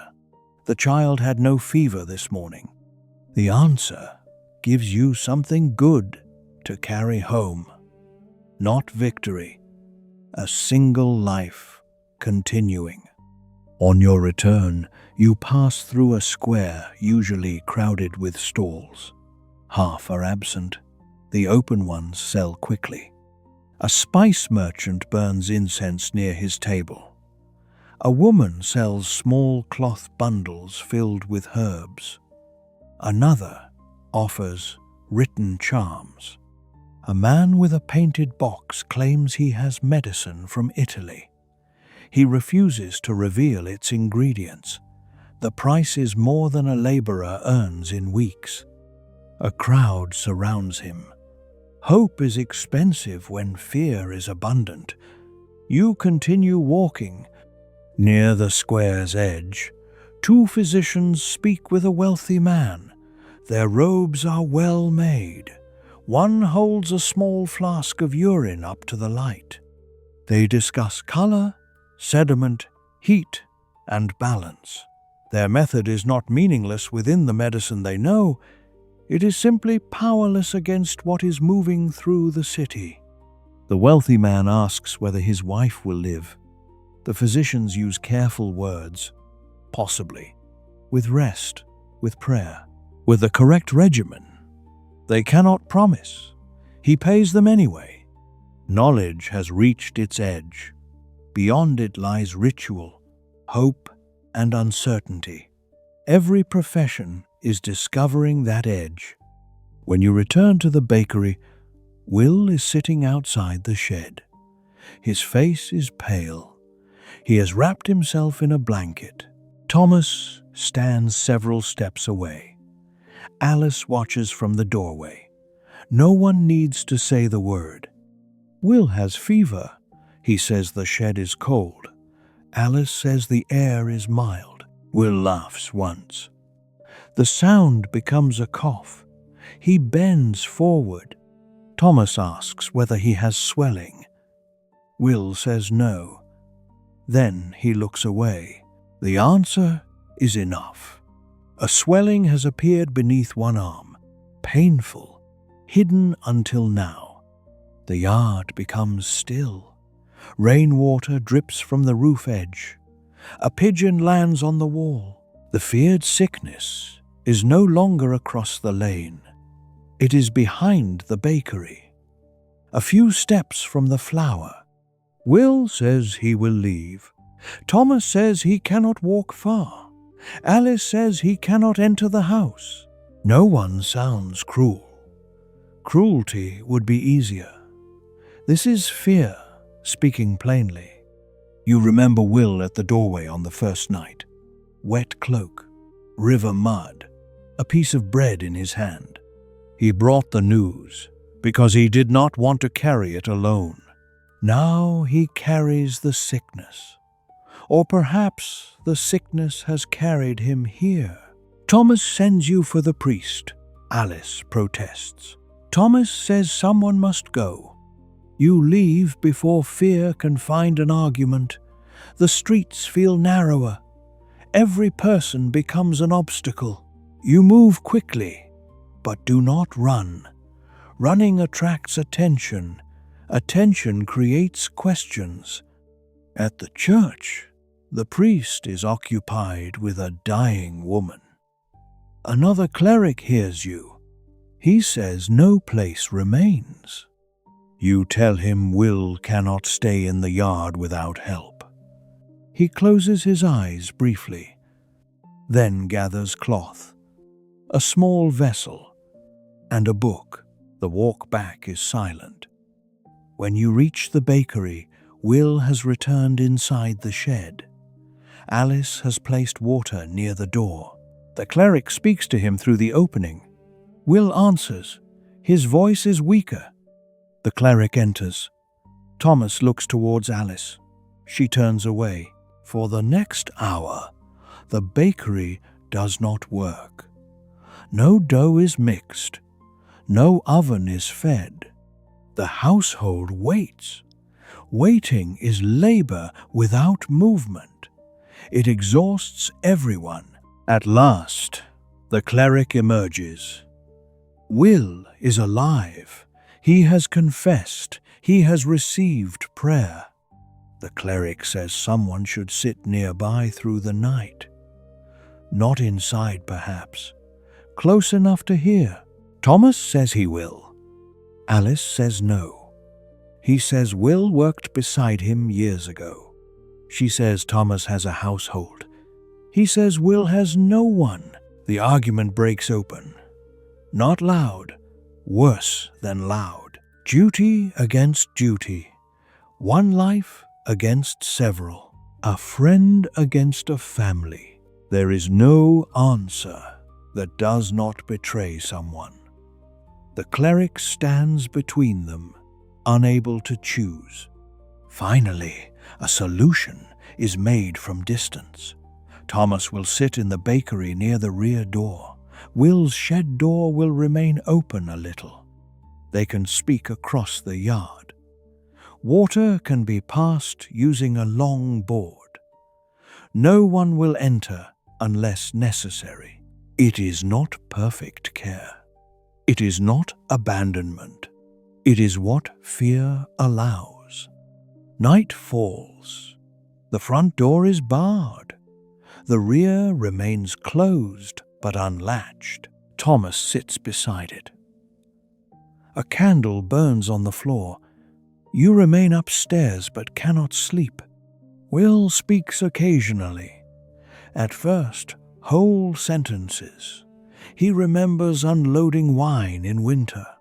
He remembers Thomas falling into the river while trying to save a barrel. Thomas says the barrel was worth more than his coat. Will says it was empty. Thomas says that detail has improved with age. Their laughter crosses the yard. Thin. Human.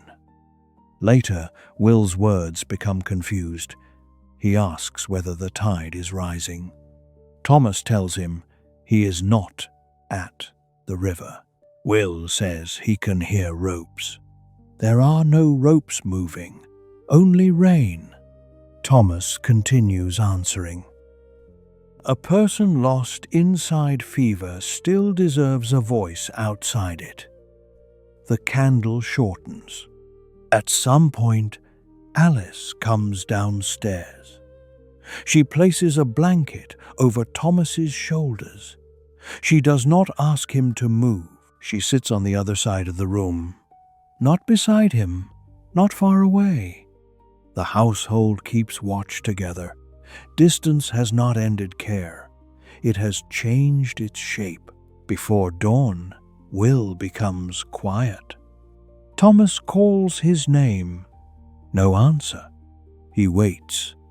Calls again. Still nothing. The city outside is dark. No bell has begun. No cart has arrived. Death comes before the systems that follow it. For several minutes, Will belongs only to the yard, to the shed, to the people listening. Thomas lowers his head. Alice closes her eyes. You stand at the top of the stairs. No one moves. Then the oven gives a soft cracking sound as its stones cool. Morning is approaching. The priest will have to be told. The body will have to be carried. The shed will have to be emptied or closed. The bakery will have to decide whether it can open. The city will ask practical questions of grief. But not yet. For one quiet moment, Will remains more than a mark on a clerk's tablet. He is the man who brought news in the rain, the man who knew the wharves, the man who laughed about an empty barrel, a friend who did not want to die alone, and did not. The first bell begins at sunrise. Its note crosses the roofs. Another answers. Thomas stands. He moves towards the oven. Alice places one hand on his arm. He stops. For once, the bread can wait. The bells continue. The bakery remains closed. A small sign is placed outside. No bread today. No explanation. None is needed. The lane looks towards the silent shop, towards the empty house across from it, towards the closed shed behind. The sickness has crossed another threshold. The city continues to change. One door, one name, one bell at a time. You return upstairs. The room is dim. The woolen blanket lies where you left it. The rain has stopped. Light begins gathering beyond the shutter. You are tired, more tired than sleep alone can mend. Still, the bed receives your weight. Below, the household remains quiet. No flower moves, no customer knocks. For a little while, the bakery is only a house. A place where people remember someone. A place where no one needs to be useful. Let the bells pass over you. Let the city carry its own count. You do not need to follow every cart. You do not need to answer every door. The room is still here. The wall is solid. The blanket is warm. Your breathing can slow. The morning can continue without you. Outside, London wakes into another changed day. Inside, you may close your eyes. For now, that is enough. The bakery remains closed for one full day. By morning, flour dust has settled across the table. The oven is cold. The sign outside has begun to curl in the damp air. No bread today. People stop to read it. Some cannot read, so others tell them. The message passes down the lane in several versions. The baker is ill. The baker is dead. The bakery has been seized. The house is cursed. None is true. Truth moves more slowly than fear. Inside, Thomas sits near the rear door. Will's body has been taken. 2 parish men came with a cart before sunrise. They wrapped him in cloth and carried him without ceremony. Thomas watched from the doorway. He did not follow. The burial ground is already crowded, and the parish asks families not to gather. Grief has become something done at a distance, a prayer from a threshold, a name spoken after a cart turns the corner, a candle that burns after the body is gone. Alice cleans the shed, not because she believes washing can erase what happened, because the household needs an action. Water is heated. Vinegar is poured. Straw is removed with long wooden forks. Cloth is burned in a small fire beyond the yard wall. Smoke rises. The same smoke that once seemed protective now smells of loss. Margaret watches from the upper window. You help Thomas carry the remaining wood away from the shed. He says little. When he finally speaks, it is about the arrangement of the yard. The woodpile should be moved farther from damp. The broken trays should be repaired.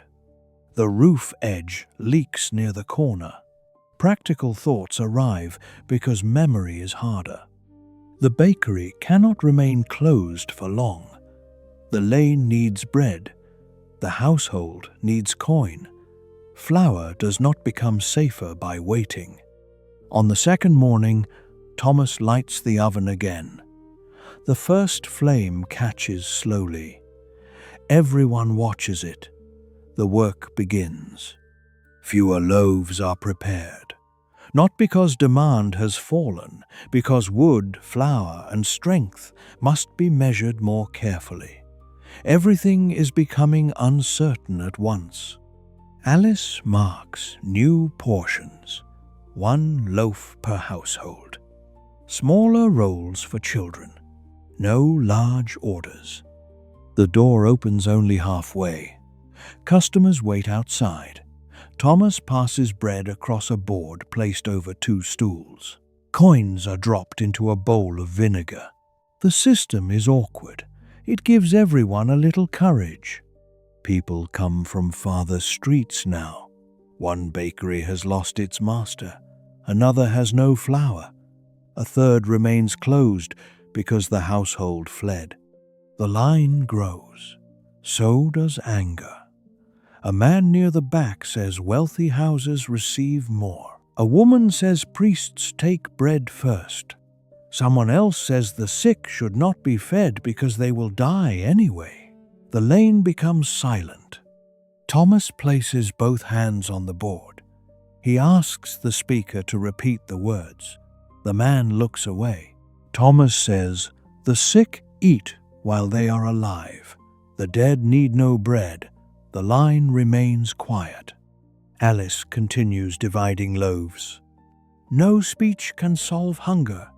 Order must be made through hands. By noon, the bread is gone. The line is not.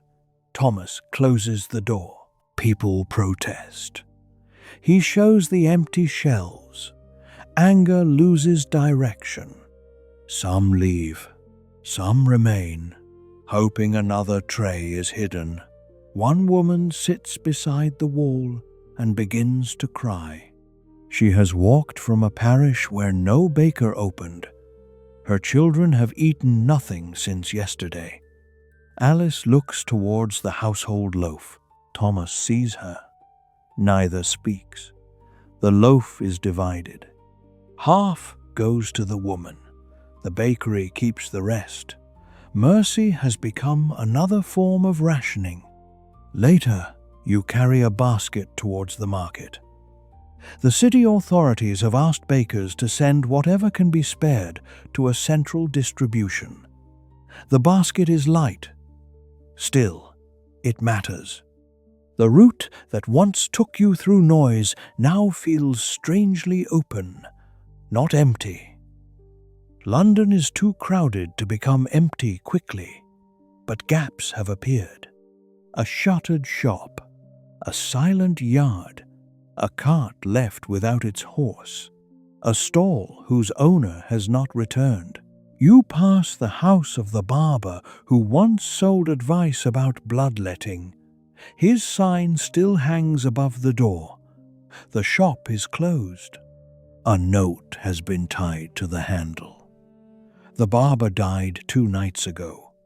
No one has removed the queue marks scratched into the mud outside. The people who waited for protection have become witnesses to its failure. No remedy has stopped the sickness. Herbs burn. Vinegar sharpens the air. Prayers continue. Physicians continue. Still, bells continue too. At the market square, perhaps half the usual stalls stand open. The missing sellers are more noticeable than those who remain. Empty spaces divide the crowd. A fish table has been abandoned. The boards smell of salt and old scales. A dog searches beneath it and finds nothing. Nearby, a grain merchant stands behind sacks guarded by 2 men. His prices have risen. A clerk argues with him. The merchant says, "Transport has become dangerous." Workers are gone. Carts cost more. Ships arrive late. The clerk says necessity does not justify greed. The merchant asks whether the clerk will carry the sacks himself. No answer is given. Economy and morality struggle across the table. Both use hunger as evidence. The crowd watches. You deliver the bakery's contribution to a guild officer. He records Thomas's name. The basket disappears among others. Bread from many ovens is being gathered. Some will go to churches, some to poor households, some to workers digging graves. The city is trying to remain a city. This requires more than walls. It requires systems that continue after the people who built them become ill. A cart arrives carrying turnips. The driver refuses to unload until paid. The officer says coin will come later. The driver says later may not.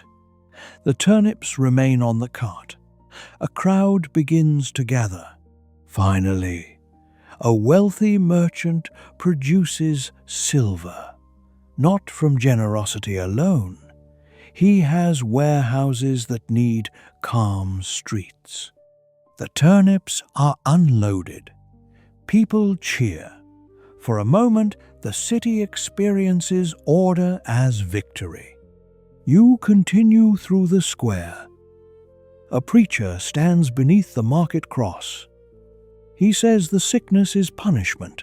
Another priest argues that no person can know the mind of God. The crowd divides. Some want blame. Others want comfort. Both are easier to find than explanation. The argument grows until a bell begins. Everyone stops. The preacher lowers his voice. The second priest bows his head. Death interrupts theology with practical timing. The bell rings 7 times, then 12, then continues. You leave the square. The sound follows. It has become the city's weather. Near the river, smoke rises from several fires. Clothing, bedding, and household goods are being burned. Some belong to the dead.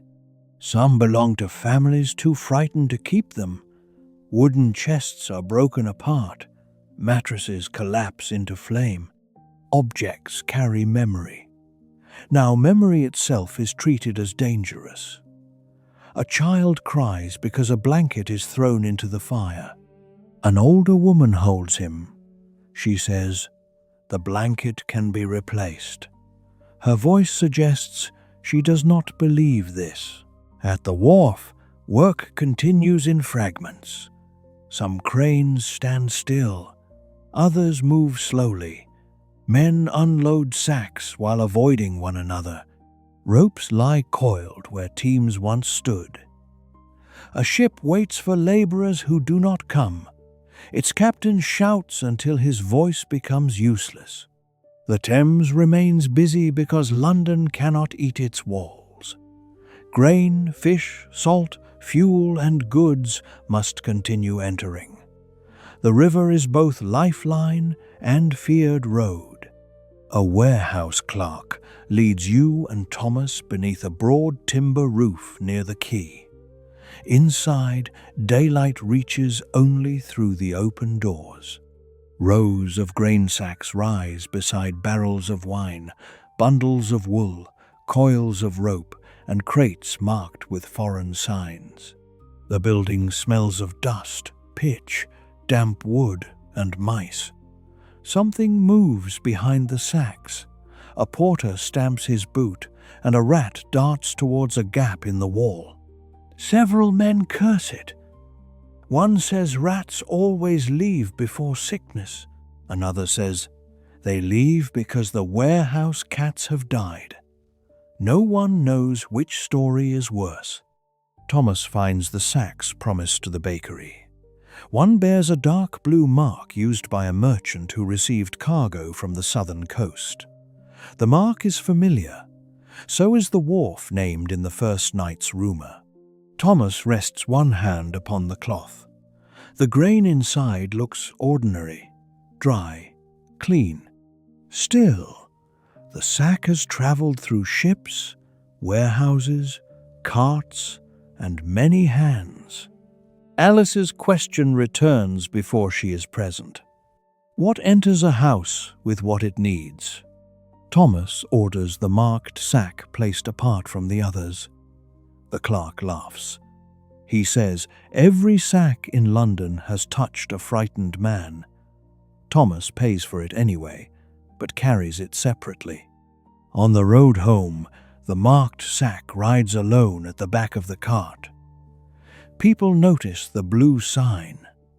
A woman steps away from it. A boy asks whether poison is inside. Thomas answers that grain is inside. The distinction comforts no one. At the bakery, Alice refuses to open it. The sack is placed in the old shed. For 2 days it remains untouched. Each morning someone checks whether the cloth has been disturbed. Nothing changes. No smell, no damp, no visible corruption. Then news arrives that the porter who loaded it has fallen ill. The sack becomes the center of the household's fear. Thomas wants to burn it. Alice asks whether the family can afford to destroy food. You stand in the yard looking at a bag of grain as though it can answer. At last, the parish clerk is asked. He knows no more than anyone else. He says spoiled grain should be discarded, but sound grain is needed. The sack is opened outdoors. The grain is sifted. No rot appears. It is baked separately. The first loaves are not sold. Thomas eats one himself. Alice calls him a fool. He says someone must be first. The household watches him through the day. No fever comes, no swelling. The bread was never proof of safety, but the marked sack loses some of its power. Fear had entered through the sign before anything entered through the grain. The episode leaves a new rule. Goods are aired. Sacks are checked. The yard is swept more often. The bakery cannot close itself from the world. It can only meet each arrival with attention. You find the place where Will once worked. A warehouse door stands open. Inside, half the floor is empty. One man recognizes his name. He removes his cap, says Will was steady with rope. No one in the warehouse knew where he had gone. The man asks whether Will died alone. You say no. The answer matters. He nods once, then returns to work. A sack has torn. Grain spills across the floor. Several men kneel to gather it. Every kernel matters now, even while bells ring, especially while bells ring. On the way home, you pass the church. The doors are open. The sick lie beyond them. The priest no longer comes to the entrance. He is somewhere inside. A woman distributes water. You leave a small roll from the household portion near the threshold. It is not enough. It is what you have. The return journey takes longer. A street has been blocked by a burial cart, another by a fallen horse. The animal lies in the mud. Its owner stands nearby, staring. No one has strength to move it yet. People step around. The city learns detours. What cannot be solved immediately becomes part of the street. At the bakery, Alice has received news. The boy from across the lane survived his fever. His aunt has taken him west. Margaret asks whether he will return. No one knows. The empty house remains empty. Still, the news changes the room. Someone lived. Not everyone dies. The fact is small and enormous. Thomas prepares another batch of dough. He works more slowly. His hands are tired. You take his place at the table. The dough is heavy. The rhythm returns. Press, fold, turn. The body remembers what the mind cannot hold. That evening, the household eats in silence. Outside, the market closes earlier than before. The lane darkens. One candle burns in Joan's old window. No one knows who entered to place it there. Perhaps the priest. Perhaps the boy's aunt. Perhaps a neighbor. The flame remains. Thomas watches it. He says Will would have complained about the cost of wax. Alice says Will complained about everything. Thomas smiles. The smile does not last. It does not need to. Night settles. The bells stop for a while. This absence feels like rest. You lie upstairs. The city is quieter, not peaceful. Quiet in the way a room becomes quiet after too many people have left it. Still, the roof holds. The household breathes below. The oven's stones remain warm. Tomorrow, bread will rise again. Let the empty stalls remain far away. Let the river continue carrying what the city needs. Let every closed door become only a shape in darkness. You do not need to count them. The night can pass without your attention. For now, the bakery is open. The household is together, and one candle still burns across the lane. The city begins running out of ground. London has buried generations within and around its churches. Small yards hold old graves beneath newer ones. Space has always been negotiated. Now the negotiations fail. Parish grounds fill. Gravediggers work after dark. Priests shorten services because more bodies wait. The dead are no longer carried one at a time. Carts gather several households. Names are spoken quickly. Sometimes names are missing. A city can count grain precisely and still lose track of people. The sickness is moving faster than memory. So new burial ground is sought beyond the walls. Thomas hears that workers are needed near the Western Road. Men to dig, men to carry, men to bring food and water.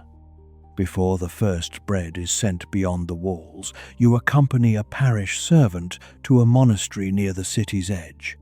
Its gate opens into a quieter world. A stone cloister surrounds a square of winter grass. Covered walks protect the brothers from rain. A well stands at the center. For a moment, the city's noise becomes distant. The monastery has not escaped the sickness. Several brothers are dead. Others serve in the infirmary, where pallets line a long chamber beside narrow windows. Shelves hold jars of honey, vinegar, dried herbs, oils, and cloth. A monk warms water over a brazier. Another copies names into a book with a hand that trembles from exhaustion. The writing matters. Outside, clerks reuse wax and lose track of households. Here, ink tries to hold each name longer. The monastery kitchen prepares thin broth in large pots. Its bakehouse smells familiar.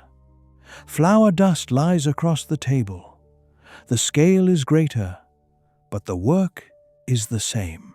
Knead, shape, bake, feed. A brother asks whether Thomas can spare yeast. The monastery's supply has failed. You promise to return with some. On leaving, you pass the garden where medicinal plants once grew in careful beds. Winter has flattened most of them. Small labels remain beside bare soil.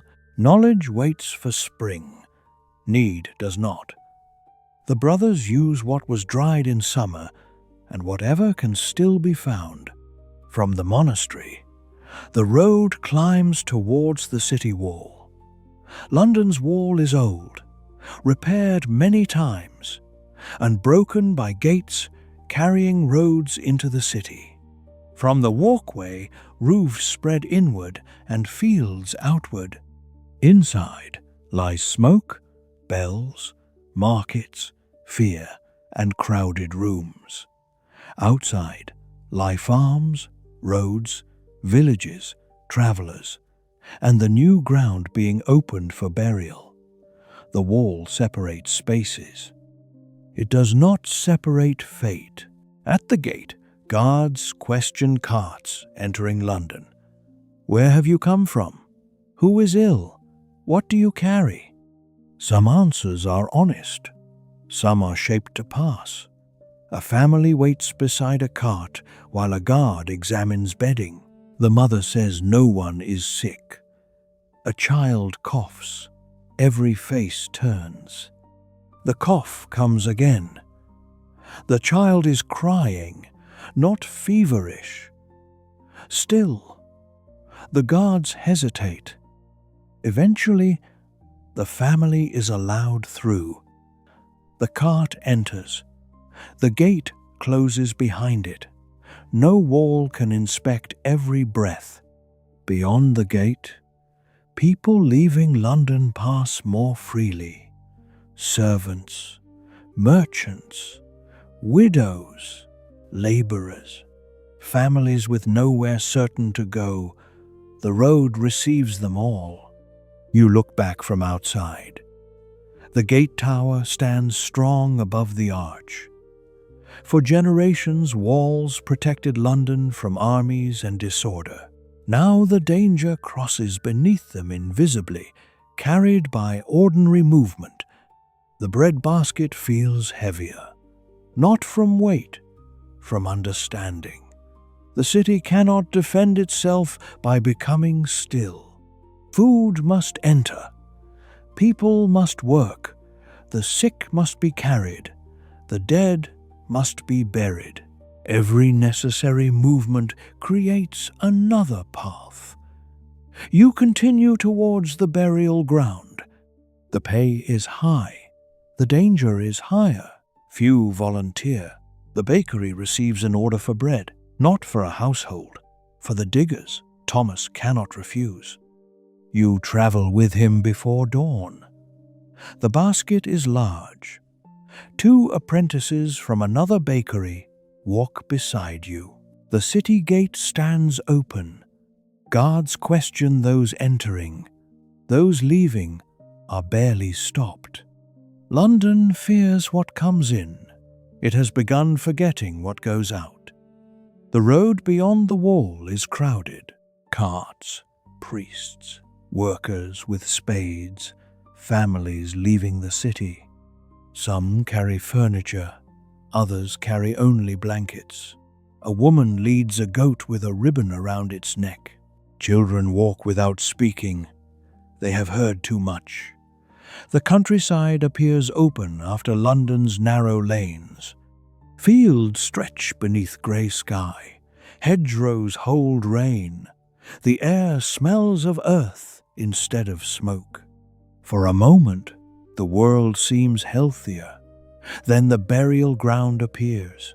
A long trench has been opened beside land given for the dead. Workers stand in mud. Some dig. Some rest against their tools. Cloth covers rows nearby. The scale is visible before the details. That is what stays with you. Not one body, many. A city translated into stillness. The bread is delivered to a wooden table.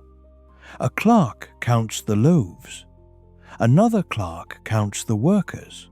They disagree. One man has not returned since yesterday. No one knows whether he is ill or has fled. The diggers eat quickly. Their hands are dark with soil. Bread disappears in large bites. One man thanks Thomas. Another asks whether more will come tomorrow. Thomas says he will send what he can. The man says what you can is becoming less than what we need. He is not accusing, only measuring. A priest moves along the trench. He speaks prayers. His voice is hoarse. There is no bell here. The city bells cannot reach clearly beyond the wall. Wind takes the words instead. You stand at a distance. Thomas removes his cap. The apprentices do the same. A cart arrives. Then another. Work resumes. The dead are placed carefully where care remains possible. When numbers increase, care becomes speed. No one says this aloud. The workers are not cruel. They are tired. Exhaustion changes ceremony before it changes feeling. On the road back, Thomas says nothing for a long time. Then he says the city will need more flour. The words sound cold. You understand. He is not avoiding grief. He is returning to the work that grief requires. More workers need bread. More churches need bread. More households need bread. The bakery has become part of the city's response. Not heroic, necessary. Inside the walls, a new notice has appeared. Prices are to be watched. Workers abandoning essential duties may be punished. The notice assumes punishment still holds power. For some, it does. For others, death has made authority feel distant. Apprentices disappear. Servants leave houses. Laborers demand higher pay. There are fewer hands. Those remaining discover their value. The city resents and needs them at once. A carter doubles his price. A household refuses. The grain does not move. By evening, they pay. Morality bends beneath necessity again. At the bakery, Alice has created a new system. Colored pieces of thread mark orders. Blue for parish bread, red for households, white for workers beyond the wall. No thread for the wealthy servant who keeps offering silver, Thomas approves. Margaret cuts the threads. You arrange them beside the flour. The system gives shape to overwhelming need. Each color becomes a group of unseen people, children, priests, diggers, neighbors. The bakery cannot save the city. It can make tomorrow's bread. That night, the household sleeps early. Before dawn, Thomas wakes coughing. Everyone hears. The room becomes still. He coughs again. Dry, sharp. Alice touches his forehead. No fever. He says, flour dust. No one believes or disbelieves. The cough becomes a question. Work begins anyway. Thomas stays away from the table. You mix the dough. Alice feeds the oven. Margaret carries water. The household rearranges itself around uncertainty. By midday, Thomas coughs less. Hope enters cautiously. No swelling, no heat. He eats. The household breathes again. Fear has made every body temporary. Health is no longer a condition. It is a daily result. The next delivery beyond the wall is yours alone. Thomas remains at the bakery. The road is more crowded than before. More carts travel outward, fewer return empty. The burial ground has expanded. A second trench is open. Workers wear cloth around their faces. Some burn herbs near the edge. The smoke does little. Still, the men stand closer to it. Protection and ritual have become difficult to separate. You leave the bread. A digger recognizes you. He asks whether the baker survived his cough. News travels even here. You say yes. The man nods as though a debt has been repaid. Near the trench, a woman argues with a clerk. Her husband's body came on a cart. She wants to know where he was placed. The clerk cannot tell her. Too many arrived. Records failed. The woman repeats her husband's name. Again. Again. The clerk finally writes it on a scrap. Not because he has found the body, because the name must be held somewhere. She leaves with nothing changed. Still, the name remains on the table, a small resistance against disappearance. On the return road, you pass people camping beneath hedges. They fled the city. Some are healthy, some are not. A family has built a shelter from a cart cover. A man lies beneath it, shivering. His wife asks travelers for water. Most continue. You stop. Your water vessel is half full. You place it on the ground and step away. The woman takes it. She thanks you. You do not wait for the vessel. A cup can be replaced. The decision feels simple only after it is made. Farther along, a group of flagellants has gathered. They are travelers, not Londoners. They speak of punishment and purification. Their bodies show the marks of their practice. A crowd watches. Some kneel. Others turn away. Pain has become performance. Fear seeks certainty wherever it is offered. A priest from London argues with them. He says public suffering does not grant private knowledge. They accuse him of pride. The argument continues behind you. The road carries many answers. None stops the carts. Back inside the city, rumors spread that London will be abandoned. The king has left.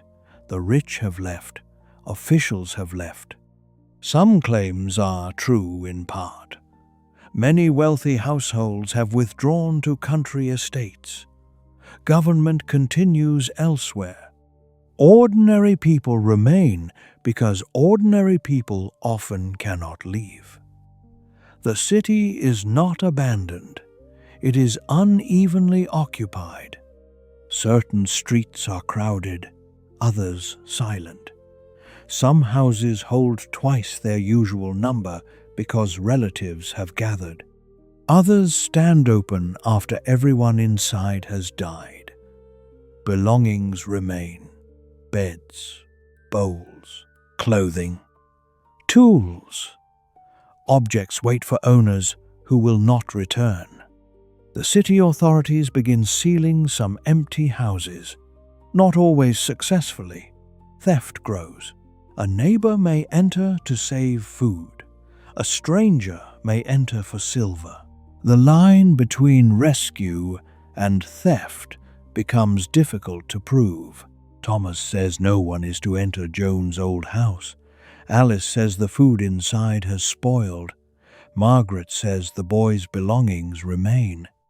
Thomas says they belong to him. Even if he never returns, the rule is made. That night, someone tries the door. You hear wood move across the lane. Thomas lifts a staff. He opens the bakery shutter. A figure stands beside Joan's house. The person runs. Thomas does not pursue. The lane swallows the stranger. The door remains closed. In the morning, scratches mark the lock. Nothing was taken. The city's hunger is learning to pick at memory. Later, the boy's aunt arrives. She carries a letter written by a clerk. The house and its contents are to be opened for the family. Margaret helps gather the boy's things: a small wooden horse, a shirt, a blanket, 2 bowls. The aunt leaves most furniture. She cannot carry it. Before leaving, she gives Margaret the wooden horse. The boy remembers her. He wants her to keep it. Margaret holds the toy carefully. The gift crosses the lane where the child cannot. A friendship survives through an object. The empty house is sealed again. Now it feels less abandoned. Something has been recovered from it. At the end of the week, the market square opens fully for one morning. Officials want to prove order remains. Stalls appear. Musicians do not. The usual noise is missing. Trade continues without celebration. You carry bread there. People buy quickly. No one bargains long. A merchant from outside the city displays salt. The price is high. The crowd complains. He says, 3 drivers died bringing it. The complaint softens. Cost has become measured in lives as well as coins. At noon, a procession moves through the square. Priests carry crosses. People follow at a distance. They pray for mercy. The line is long. Not everyone joins. Some remain at stalls. Some watch from windows. Some are too tired for public faith. The procession passes. The market resumes.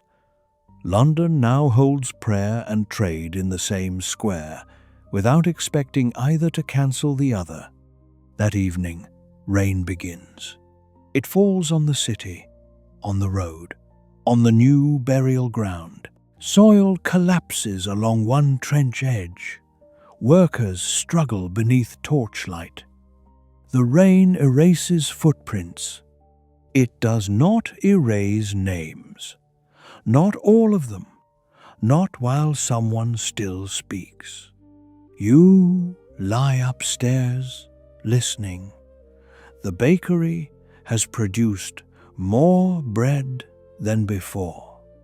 Your arms ache. The household sleeps. Thomas breathes evenly. No cough. Across the lane, the wooden horse rests beside Margaret's bed, a small survivor from an empty house. Beyond the wall, the diggers sleep in shifts. The city prepares another day. You do not need to see it. Let the rain cover the road. Let the gates stand where they are. Let every distant bell become only a low vibration through the night. The room is warm. The flour is stored. Tomorrow's threads already wait beside the table. For now, there is nothing to carry, nothing to count. You may rest. Winter settles over London. Not the hard, silent winter of a northern village. A wet winter. Grey, rain darkens timber walls. Mud thickens every lane. The Thames rises beneath low cloud. Cold enters through cracks. Smoke hangs close to roofs. The city smells of damp wool, ash, river water, and sickness. The plague has not ended. It has become part of the season. People no longer ask whether it has arrived. They ask which street, which house, which name. The bakery works before dawn each day. Thomas has recovered from his cough. Will has not returned to memory as often. This does not mean he has forgotten. It means work has placed itself around grief. The household carries both. Margaret keeps the wooden horse near the flower chest. Sometimes she moves it. Sometimes she speaks to it when no one listens. Alice notices. She says nothing. Children make rituals without permission. The river becomes the city's clearest measure of change. Ships still arrive, fewer than before.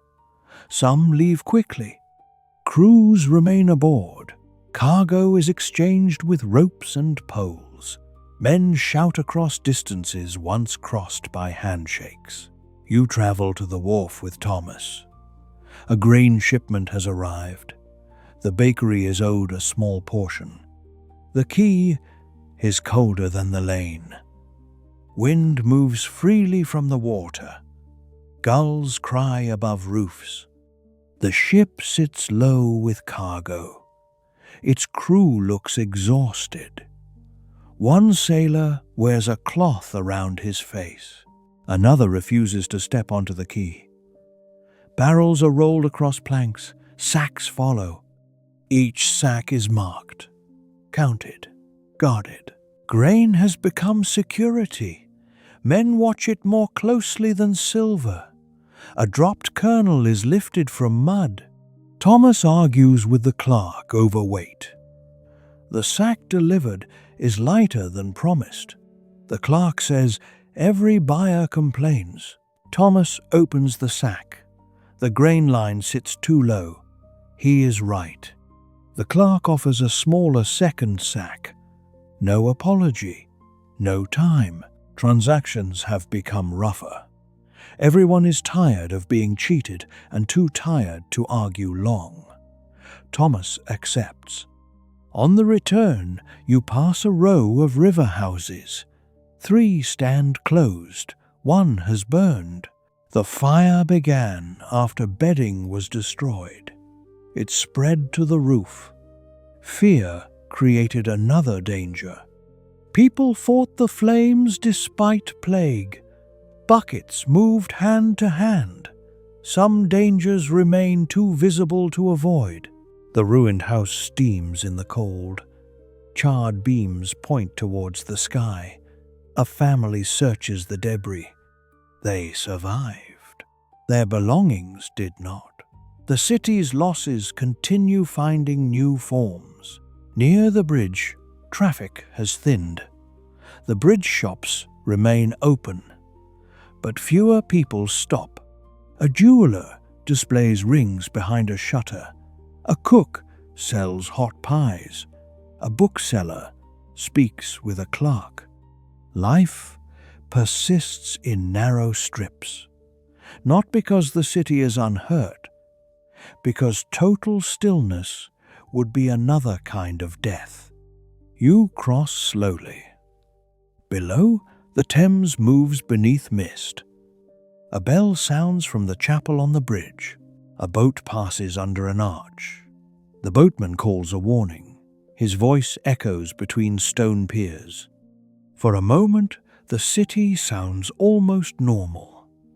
Then, a burial cart appears at the southern end. People press against walls to let it pass. The driver no longer calls for space. Space opens automatically. The city has learned the shape of death. At the bakery, demand grows during cold weather. People need hot food. They need bread that can be carried into sick rooms. Alice prepares small loaves that bake quickly. Thomas experiments with adding more coarse grain.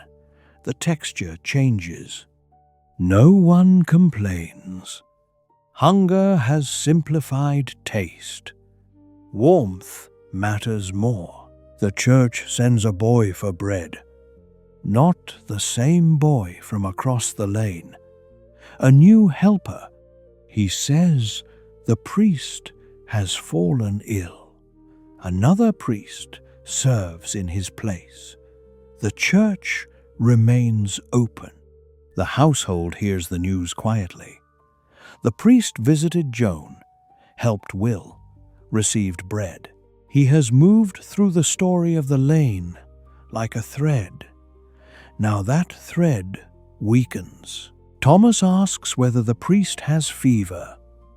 The boy says yes. Swelling. Alice wraps an extra loaf. The boy takes it. No one expects payment. The priest dies 2 days later. The bell that marks him sounds no different from the others. That feels wrong.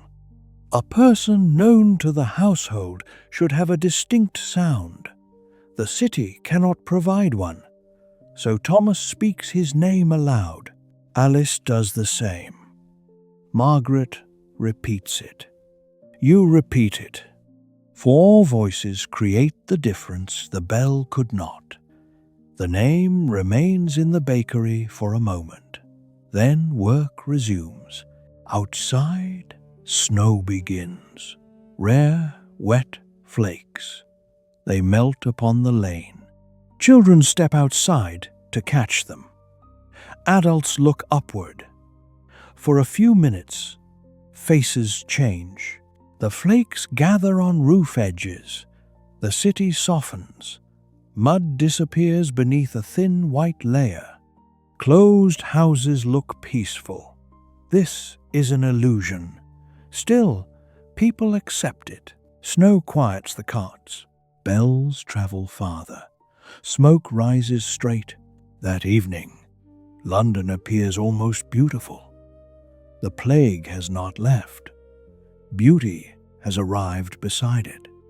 You walk to the river after dark. Not far. Only to the end of the lane where the water can be seen between houses. Snow touches the Thames and vanishes. Lanterns move on boats. The bridge stands dark against the sky. You think of everything the river has carried since the sickness began. Ships, grain, rumor, bodies, workers, people leaving, people returning. The Thames has accepted all without judgment. Water is indifferent in a way people cannot be. Behind you, footsteps approach. Margaret has followed. Alice sent her to bring you back. She stands beside you. The wooden horse is hidden beneath her cloak. She says the boy across the lane liked snow. You ask how she knows. He told her once. Before winter. The memory is ordinary. That makes it strong. You both watch flakes disappear into the river. On the walk back, Margaret asks whether the plague will stop when spring comes. You say you do not know. She accepts the answer. Adults often decorate uncertainty. Children sometimes prefer it plain. The bakery light appears ahead. Inside, Thomas has prepared hot pottage. Alice scolds both of you for staying near the river. Her anger carries relief. You eat beside the fire. Snow continues. The city becomes quiet. In the following days, cold slows movement.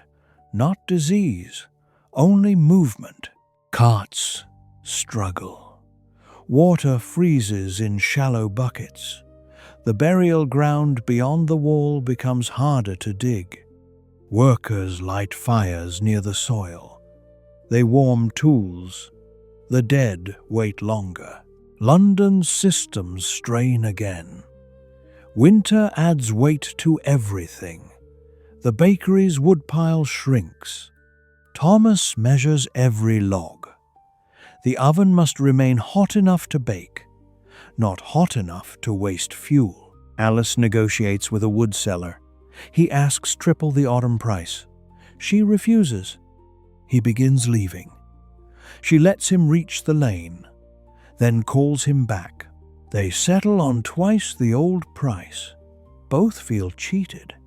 The household receives wood. The seller receives coin. The city continues through agreements no one likes. At night, the long house of your memory does not exist here. London homes are smaller, closer. Heat is uneven. Families gather around tiny fires. Several households share rooms. Some take in relatives from closed streets. Others refuse everyone. Fear and generosity remain neighbors. The bakery receives a widow and her daughter for 3 nights. Their house roof collapsed beneath wet snow. No one there was sick. Alice asks questions anyway. Fever, cough, recent deaths. The widow answers. They are given a place near the oven. The daughter is younger than Margaret. She watches the bakery work with wide eyes. Soon, she begins carrying water. Shelter becomes labor. Labor becomes belonging. For 3 nights, the household is larger. The widow tells stories of another part of London, a street where every household placed candles outside, a church where one monk sang alone after the choir died, a tavern that remained open only to serve broth. A woman who cared for 6 unrelated children. The plague has made many small Londons. Each street knows a different version. Together, they form a city no single person can see. The widow's roof is repaired. She leaves. Alice gives her bread. The daughter gives Margaret a button. Bone, smooth, ordinary. Margaret places it beside the wooden horse. Objects are gathering, not treasures, connections. As winter deepens, fewer rumors concern cures. People have heard too many fail. The herb sellers still work. The physicians still visit. Priests still pray. But confidence has softened. People speak more honestly. This may help, that may comfort. No one says certainty as often. The change makes the city sadder, also calmer. False promises exhaust the frightened. One afternoon, a physician enters the bakery. Not for a patient, for bread. His robe is stained. His eyes are red from lack of sleep. Thomas asks what he has learned. The physician says some households lose nearly everyone. Others lose one person and no more. Some sick recover. He cannot explain why. He has stopped pretending that he can. Thomas gives him bread. The physician pays. Thomas returns the coin. Neither argues. At dusk, the bells ring again. Still many, but not more than yesterday. Alice notices. The next day, fewer, then more again. No clear pattern. Still, hope begins listening for pauses. The city has learned to measure silence.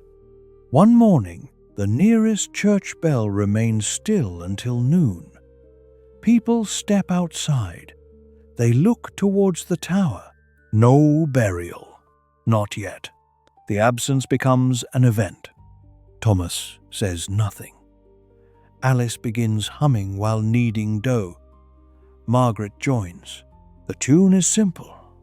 You do not know where it came from. Perhaps it has always been in the house. The bakery sounds alive. Not loudly, enough. Snow melts. Rain returns. The river rises. Winter has not ended. The plague has not ended. Yet the city has crossed another stretch of darkness. You lie upstairs that night. The roof drips. The lane smells of wet earth and smoke. No bell rings nearby. Far away one answers another parish. The sound is faint. You do not follow it. The household sleeps. The oven stones remain warm. Margaret's wooden horse and bone button rest beside the flower chest. Small proof that people continue finding one another. Let the river move. Let winter rain cover the city. Let every distant bell belong to a place beyond this room. You are inside. The door is barred. The fire is low. The bakery will open again before dawn. For now, London is quiet enough to sleep. The first signs of spring appear in mud, not flowers, not birds. Mud. Winter loosens the streets. Frozen ground becomes soft. Carts sink deeper. Water runs towards drains already blocked by months of neglect. The city smells stronger. Life returns before cleanliness. The plague remains. But the bells begin changing, not stopping.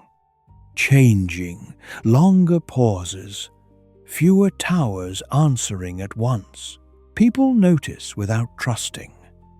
Hope has become cautious. No one wishes to speak too soon. The bakery opens at dawn. The queue is shorter, not because fewer people need bread, because several nearby bakeries have reopened. One master recovered. Another shop is run by an apprentice whose master died. Work has moved into younger hands. Titles matter less when skill is scarce. A person who knows the oven becomes a baker before ceremony agrees. Thomas sends bread to the apprentice. Not charity, recognition. The city is rebuilding roles while still burying people. Nothing waits for a clean ending. Recovery begins inside disaster. At the market, more stalls appear. The herb sellers remain. Their claims are quieter. A woman sells onions and speaks only of onions. This feels like progress. A fishmonger returns after weeks away. He says he fled to relatives outside London. 3 of them died. He survived. No one asks whether leaving helped. The answer would not help anyone now. He arranges fish on wet boards. Customers gather. Trade resumes. Not triumphantly, practically. The grain merchant lowers his prices slightly. Workers demand higher wages. Employers complain. The world before the plague expected many hands. The world after each wave finds fewer. Labor has become powerful. Officials issue rules against excessive wages. Workers ignore some, obey others, negotiate wherever they can. The city's balance has shifted. No one yet knows how far. A servant leaves one household for another, offering better pay. A widow takes over her husband's stall. An apprentice becomes master in everything but name. A girl who carried water now keeps accounts. Loss creates openings. Openings do not erase loss. Both are true. The boy from across the lane returns one afternoon. He is thinner, taller somehow, though only months have passed. His aunt walks beside him. Margaret sees him first. She runs to the doorway, then stops before crossing. Distance remains habit. The boy smiles. He raises one hand. She raises hers. For a moment they stand as they did when his house was closed. Only now the street lies open between them. His aunt says they have come for the remaining household goods. Thomas unlocks the door. Dust fills the rooms. Joan's house smells of cold wood and abandonment. The bed remains. Bowls remain. A cloak hangs from a peg. The boy moves slowly. Memory has waited inside every object. He touches the table. Margaret gives him the wooden horse. He looks surprised, then shakes his head. He wants her to keep it. He says, "It belongs to the bakery now." A small object chooses a new home. The aunt gathers tools, cloth, and one chest. The rest will be sold. The house may receive another family. London cannot preserve every empty room as a memorial. People need roofs. Memory must share space with need. Before leaving, the boy steps inside the bakery. Alice gives him warm bread. He eats, slowly. No one asks about fever. Not because fear has vanished, because enough time has passed. The household watches him, alive. A person once expected to die. His survival does not balance Joan's death. Lives are not weights on a scale. Still, his presence changes the room. Margaret shows him the bone button. He laughs. The sound is the first from him you have heard. When he leaves, he promises to return. Perhaps he will. Perhaps promises have become necessary even when uncertain. The house across the lane is opened for cleaning. Windows lift. Old straw is removed. Sunlight enters rooms closed through winter. The darkness does not resist. It simply disappears. A family from another parish rents the house. A mother, 2 daughters, an elderly uncle. Their own home was lost after the landlord died, and claims became confused. London's population has fallen. Its housing has not become simple. The new family brings chests, blankets, a cage with one bird. The bird sings on the first morning. The lane stops to listen. No one had realized how long it had been since such a sound lived there. Joan's house becomes another house. This feels wrong, then ordinary. The daughters fetch water. The uncle repairs the shutter. The mother buys bread. Life occupies the rooms without asking memory to leave. Both remain. The burial ground beyond the wall continues growing. You return with bread. The trenches are fewer now, not because the ground is full, because fewer carts arrive each day. Workers notice. One digger says nothing for an entire week. He has learned not to trust improvement. Still, his shoulders look lighter. The clerk's table remains. Names cover scraps. Wax tablets have been replaced and reused. Some names survived only because someone insisted. You find wills among a parish list. Spelling altered, identity intact. You tell Thomas that evening. He asks how it was written. You tell him. He laughs softly. Will always hated that spelling. A complaint returns the dead to personality. The church near the bakery has reopened most of its floor for worship. Straw remains in one side aisle. A visible memory. The replacement priest speaks of gratitude, not victory. He does not claim the city was spared. London was not spared. It endured. The difference matters. During the service, people stand farther apart than before. Habit remains in bodies. Some cover coughs and glance around. Children imitate adults. Fear becomes custom before anyone notices. Custom may outlive the danger that created it. Outside the church, food is distributed. Less than during winter, need remains. Many households lost workers. Many children lost parents. Survival does not restore income. A group of widows waits for grain. Former servants search for positions. The city is alive and wounded. You help carry baskets. The work feels different from emergency, slower, more organized. Records are clearer. Names are asked. Amounts are marked.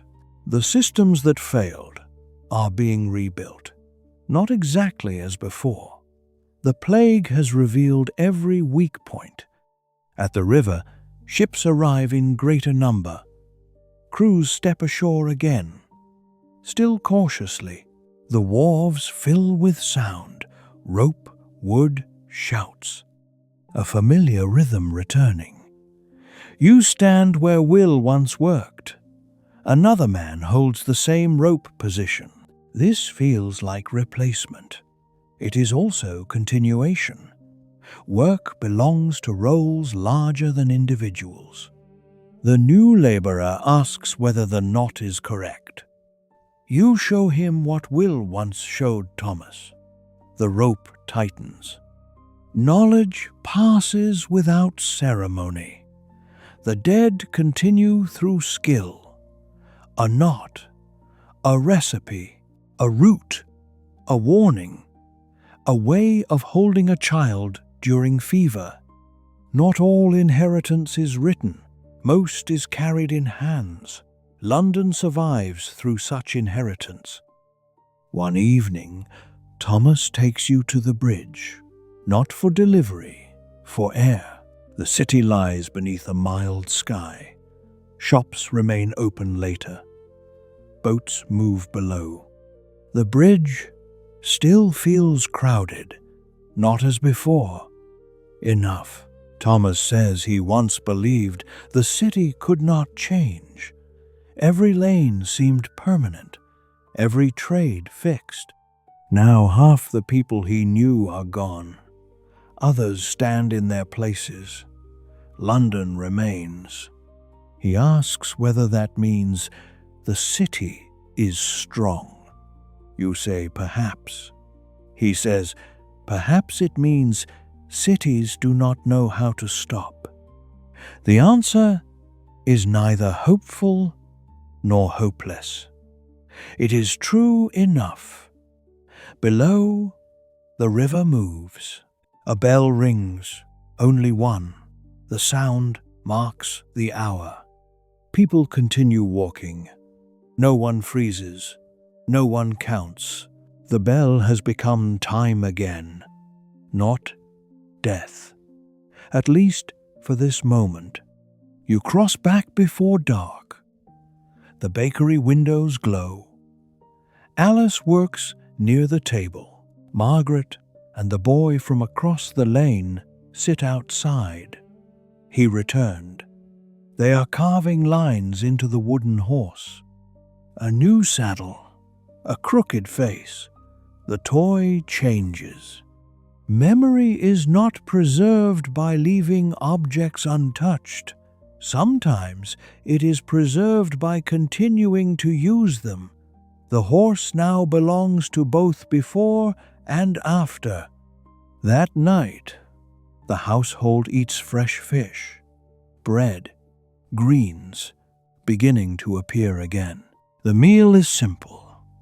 It tastes of another season. The door remains open longer. Neighbors speak across the lane. The new bird sings once before its cage is covered.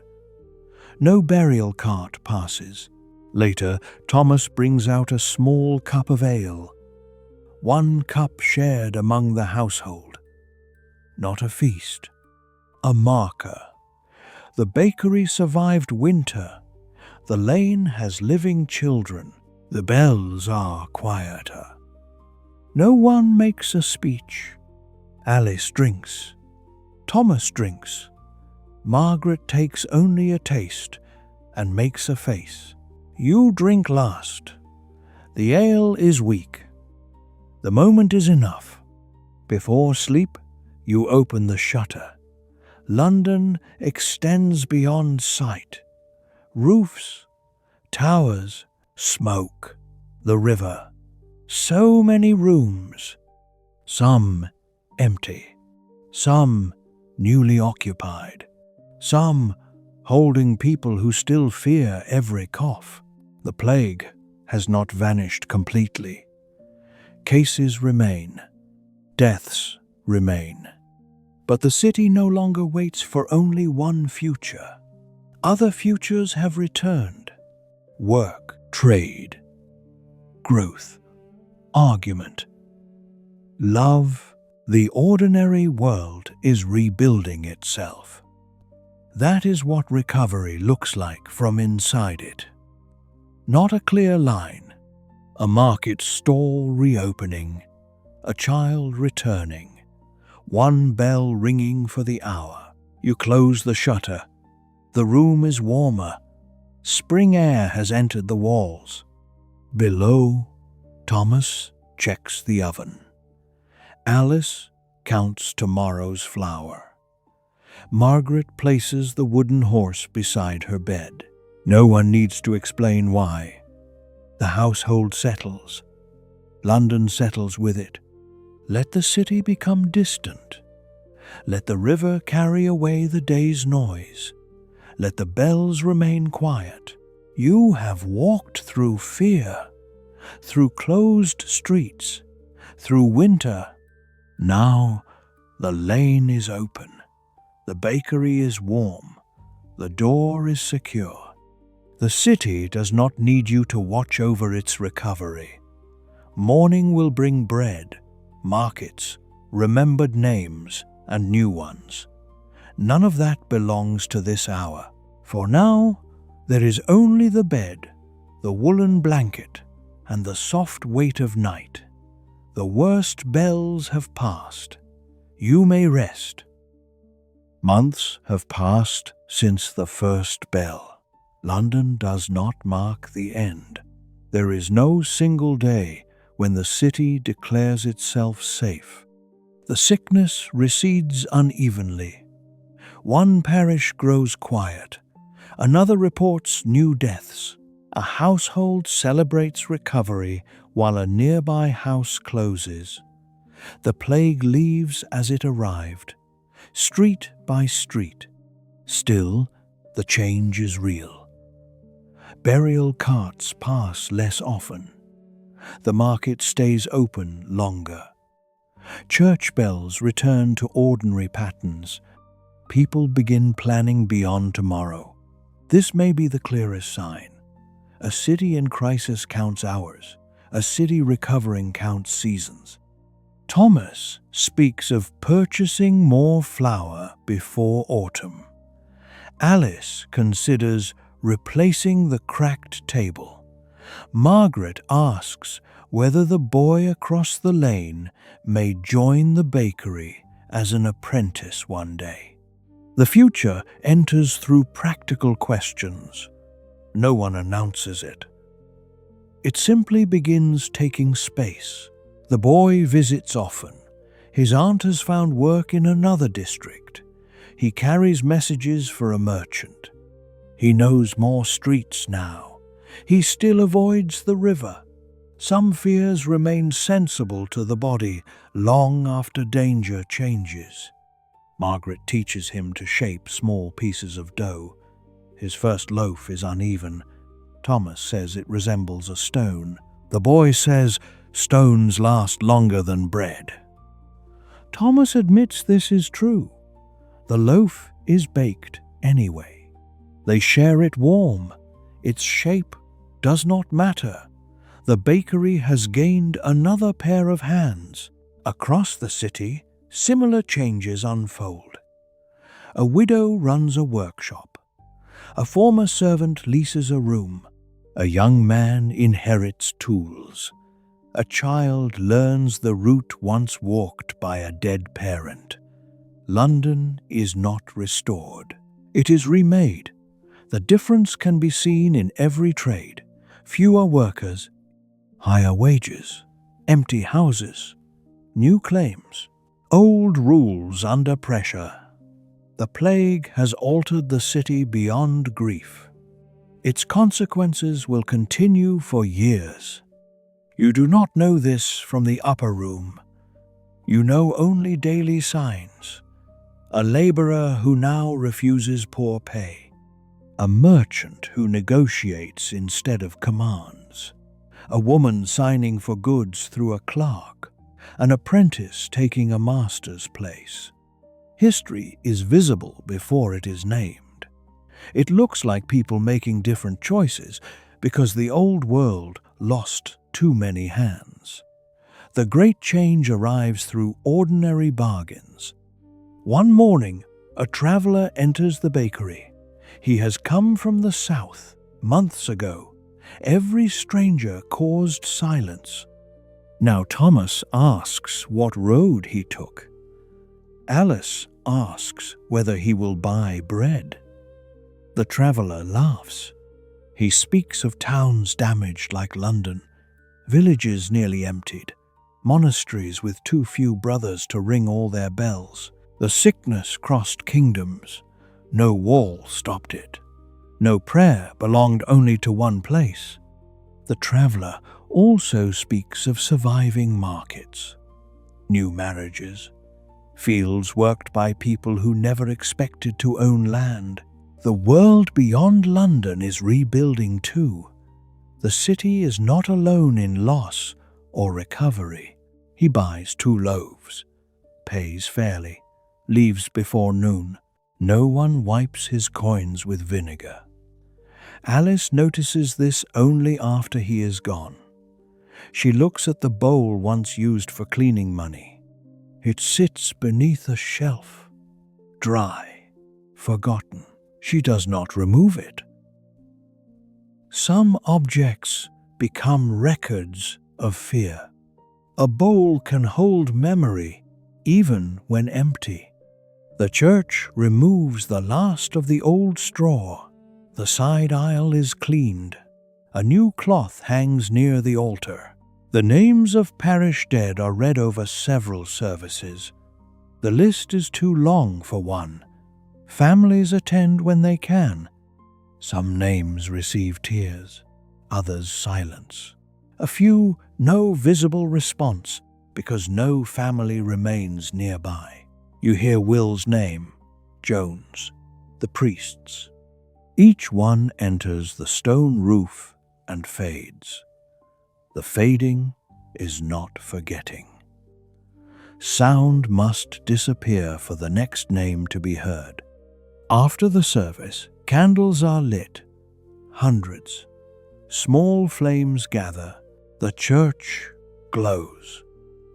Not as it did when filled with sick people. The same walls hold another purpose. Margaret lights one candle for Joan. The boy lights another. Thomas lights one for Will. Alice lights one for the priest. You light one without naming anyone aloud. The city has given you more names than one candle can carry. The flames stand close. Their heat warms the air slightly. Wax runs. No bell rings. No cart waits outside. People remain as long as they wish. Then they leave one by one. The candles continue after them. Light without witnesses. Outside, evening settles. The market closes. The river darkens. You walk back through streets once shaped by fear. Some signs remain. A sealed house. A burned roof. A newer door where an old one was removed. Most scars are less visible. A missing voice. A trade inherited. A child living elsewhere. The city carries absence inside normal movement. This is what survival often becomes. Not forgetting. Learning how to move while remembering. At the bakery, the evening batch is nearly ready. The smell of bread fills the lane. Neighbors arrive. The new family across the street buys 2 loaves. Their bird sings from the window. The boy carries a basket. Margaret counts coins. Thomas complains about wood. Alice corrects his account. The household is entirely itself. This may be the most remarkable thing. After all that changed, ordinary irritation returns. People argue about small matters again. A cracked bowl, a late payment, a burnt edge. Minor problems are a kind of peace. They mean the mind has room beyond disaster. The city has not become innocent. It has become busy. You eat beside the fire. The final candle from the church remains in your thoughts. One flame among hundreds. No brighter than the others. Still distinct because you lit it. Thomas asks what you are thinking about. You say, nothing important.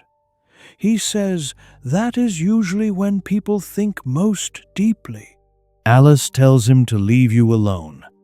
Margaret asks whether tomorrow's dough can be shaped like horses. The boy says stones would be easier. The room laughs. The day closes. The door is barred. Not because plague is outside, because London is London. Thieves, weather, animals, and darkness still exist. Old precautions return to ordinary meanings. The bar settles into place. The sound no longer feels like fear. You climb to the upper room. The bed remains where it was on the first night. The chest beneath the shutter. The stool. The darkened plaster. So much changed around a room that barely moved. You open the shutter. The city breathes below. A cart passes. Not a burial cart. A delivery. A man calls goodnight to someone above. A woman laughs behind a wall. A baby cries. A tavern closes. The Thames moves in the distance. The bridge carries late footsteps. London is full of sound again. Not the same sound. No city returns unchanged. Still alive. You think of the first bell. The one that rang while rain touched the roof. The one that belonged to another street. Then the sickness came closer. The wharf. The cooper's house. Joan's door. Will's shed. The bakery itself. Fear moved inward, then slowly outward again. The room became safe not because walls defeated disease, because people worked, shared, counted, buried, remembered, continued. Some fled, some stayed, some failed. Some acted with courage no chronicle will record. A loaf left at a door. Water placed beside a stranger. A priest entering a sick house. A friend answering fever through the night. History is full of actions too small for monuments. Yet cities survive through them. You close the shutter most of the way. A narrow line of night remains. The candle beside your bed burns low. Its flame is smaller than the candle in the church. It carries no public name. Still, it holds the room. You lie beneath the blanket. The mattress receives your weight. Below, the oven stones cool. Thomas and Alice speak quietly. Margaret moves behind the hanging cloth. The boy has returned to his aunt for the night. He will come again tomorrow. Tomorrow exists comfortably now. There will be flour to measure, wood to carry, coins to count, bread to deliver. There will be complaints, mistakes, ordinary hunger. The city has returned to the work of being alive. You do not need to help it tonight. Let the river move without you. Let the market wait. Let every bell remain silent until morning. The plague has passed beyond this room. Its memory remains. Memory cannot harm you here. It may sit beside the candle. It may move through the lane. It may rest inside names. You are not required to carry all of them at once. The city carries some. The church carries some. Families carry some. Objects carry some. The rest may sleep. Your breathing slows. The candle bends once, then steadies. Rain begins lightly. The same sound as the first night. Different city. Different meaning. It touches the roof, runs towards the lane, washes flour from one stone, darkens the timber, reaches the river. London listens. You listen less. The bed grows warmer, the room softer, the edges farther away. There is no knock at the door, no urgent voice, no cart stopping beneath the window. Only rain, only breath, only the final candle burning beside you. When it goes out, the room will remain safe. Darkness is no longer an omen, it is simply night. The city has survived another day. So have you. That is enough. Let the last thought pass. Let the last bell fade. Let London continue beyond the wall. Tonight, you lived in the city as the Black Death arrived. You heard its bells, walked its streets, shared its bread, watched its doors close and open again. Now the story no longer needs your attention. The bakery is warm, the household is near, the river is moving. Morning will come when it is ready. Until then, you may rest, you may drift, you may sleep. The season turns again, not dramatically. No trumpet marks it. No clock declares that London has crossed from danger into memory. The change appears in habits. People stand closer in queues. Coins pass directly from hand to hand. Windows remain open without fear of every breath. The bakery receives more orders than Thomas can fill. Not because sickness has returned, because trade has, work has.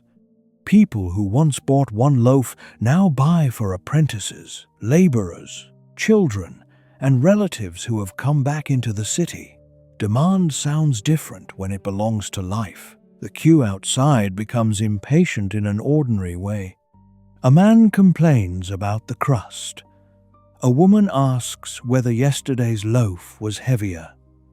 Thomas says, grief never taught customers generosity.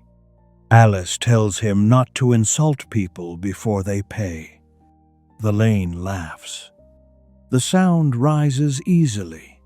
Across the street, the bird sings from the open window. The new family has painted the door, a fresh color over old wood. The old marks beneath it remain. No one sees them from a distance. Up close, they are still there. This is how the city looks now.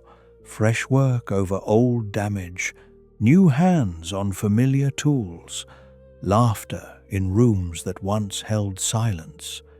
One morning, the boy arrives before sunrise. He asks whether Thomas still needs an apprentice. Thomas says the bakery already has too many mouths and not enough benches. The boy says he can stand. Thomas says standing is not a skill. The boy says neither is complaining. Yet Thomas practices it daily. Alice turns away to hide a smile. Thomas studies him for a long moment, then points towards the water bucket. The boy joins the household's morning rhythm.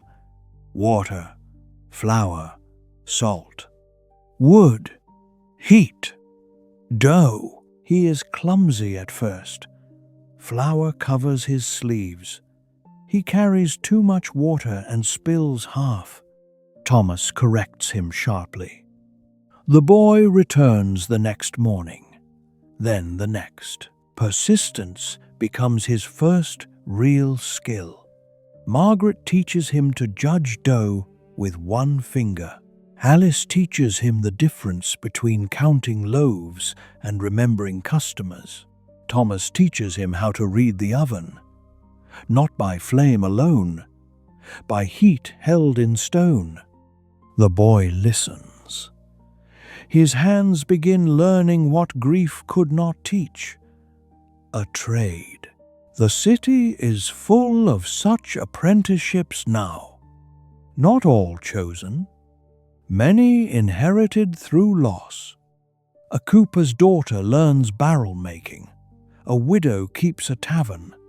A servant becomes steward because no one else remains who understands the accounts. The plague has loosened old arrangements. Some close again, others do not. Workers who survived demand more. Masters complain that the world has become disorderly. Workers answer that the old order buried too many of them. The argument moves through London, into workshops, markets, fields beyond the walls, household halls, royal ordinances. The great sickness has altered more than the number of living people. It has changed what the living believe their labor is worth. You hear this in every bargain. A mason refuses half pay. A carter sets his own rate. A maid leaves a household that strikes her. Not everyone wins. Power has not disappeared, but cracks have opened. History often enters through cracks, not through one great doorway. A wage, a contract, a person saying no where another once remained silent. The bakery hears all of it. Bread travels farther than opinion, but opinion follows. One afternoon, Thomas sends you to the market with the boy. The route is crowded. Too crowded, almost. For months, every gap meant loss. Now people press against one another again. The discomfort feels strangely comforting. Stalls display new cloth, imported spices, tools, fresh fish, pots, needles. Color has returned. Blue wool, red ribbon, green glass. The market no longer resembles the grey months of fear. Yet memorial candles still burn near one church. Life and remembrance occupy the same square. The boy stops beside a woodcarver. Small horses line the table. He picks one up. The shape resembles the toy beside Margaret's bed. He sets it down. He does not buy it. Some objects cannot be replaced by a better version. Their value belongs to the hands that carried them. He understands this now. At the grain stall, prices are lower. Not low, lower. A good harvest is expected. Ships arrive regularly. Roads remain open. London's appetite begins pulling goods towards it again. The city has survived enough to become expensive. People complain about that too.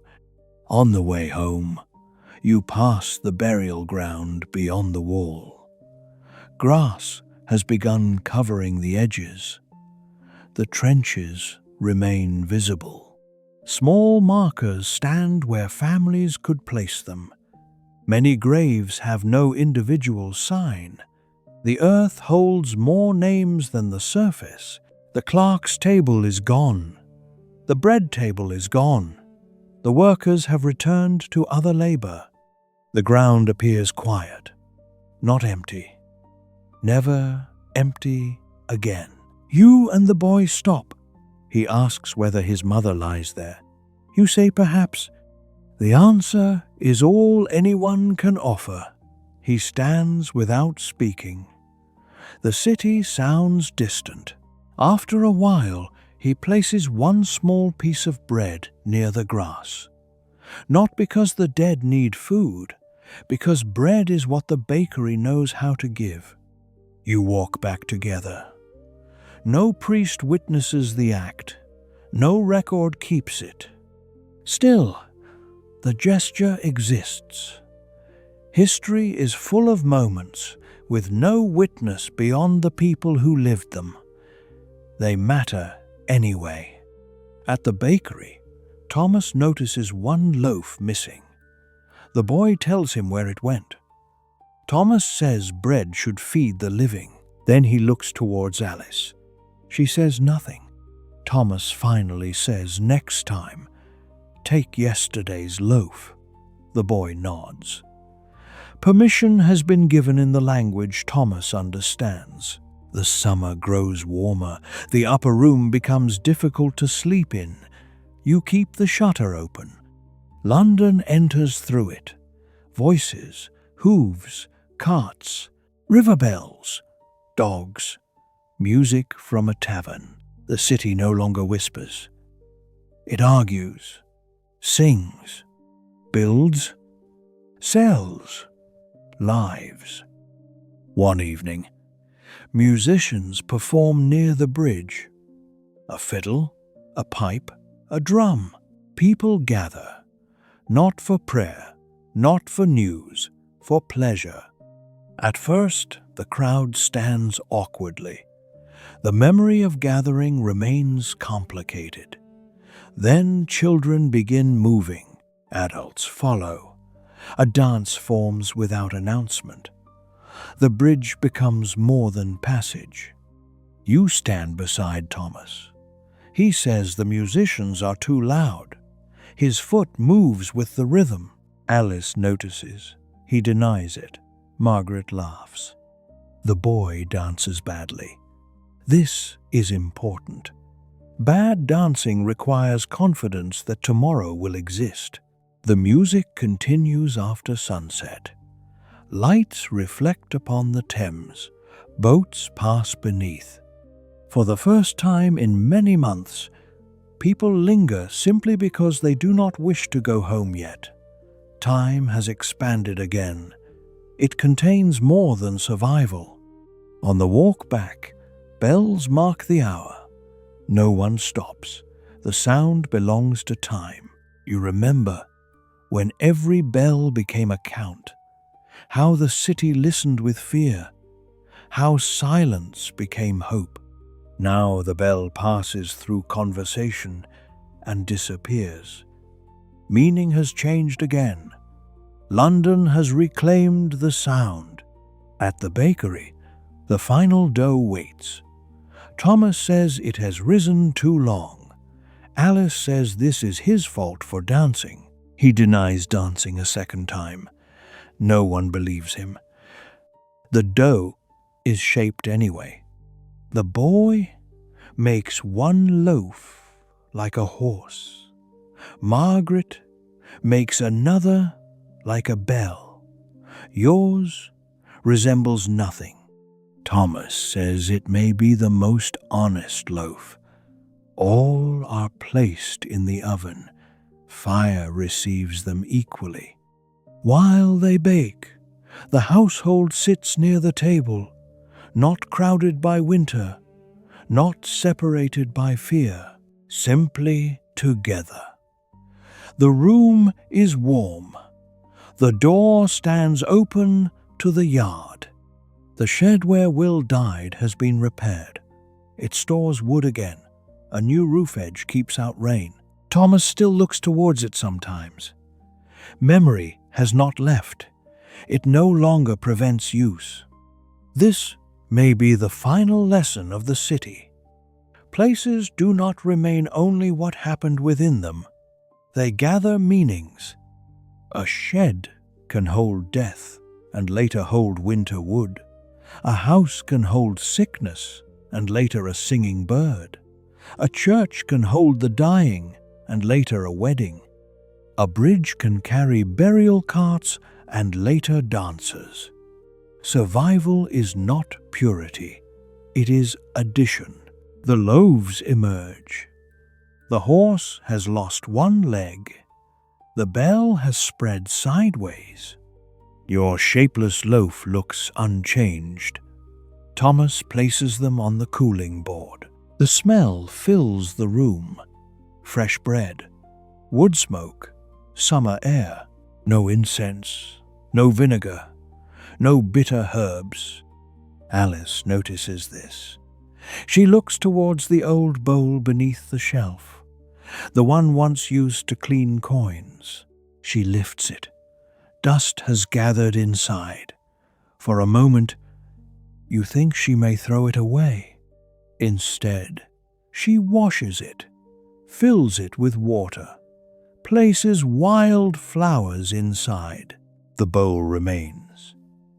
Its purpose changes. Fear becomes memory. Memory becomes part of the room. Margaret brings the wooden horse. The boy places it beside the flowers.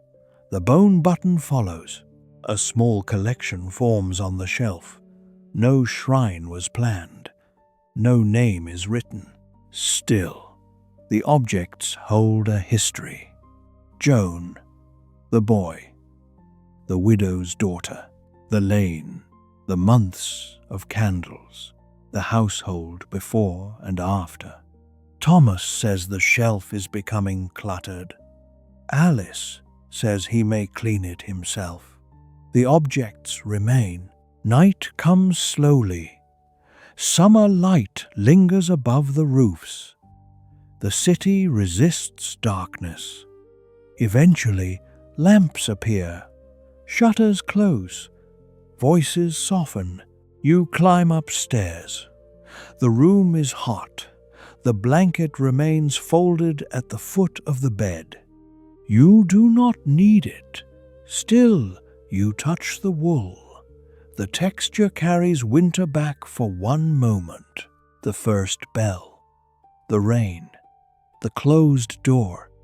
Will's voice across the yard. Joan's dark window. The long line beyond the wall. Then the memory recedes. Not erased, placed.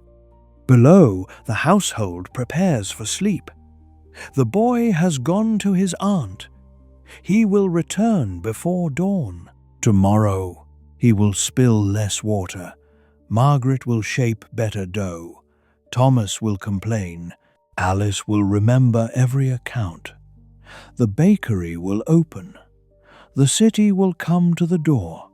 Tomorrow no longer feels dangerous, simply because it is unknown. It feels ordinary.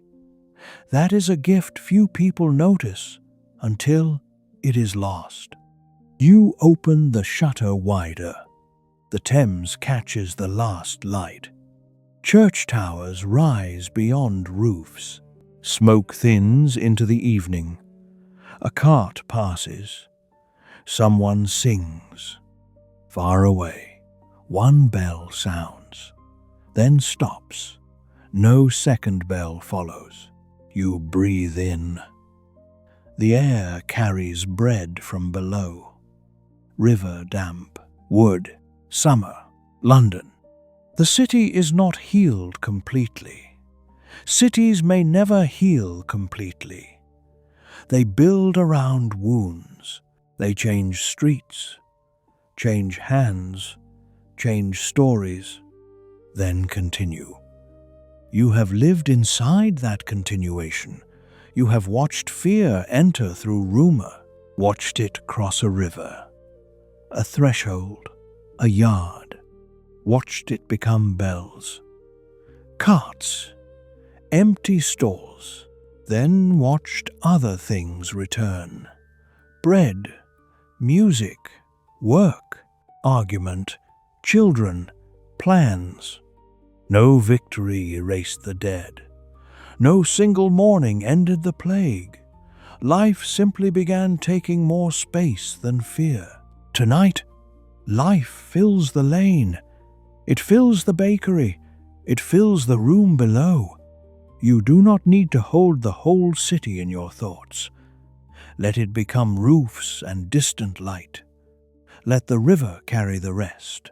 Your body can release the long months, the first night, the first bell, the last candle.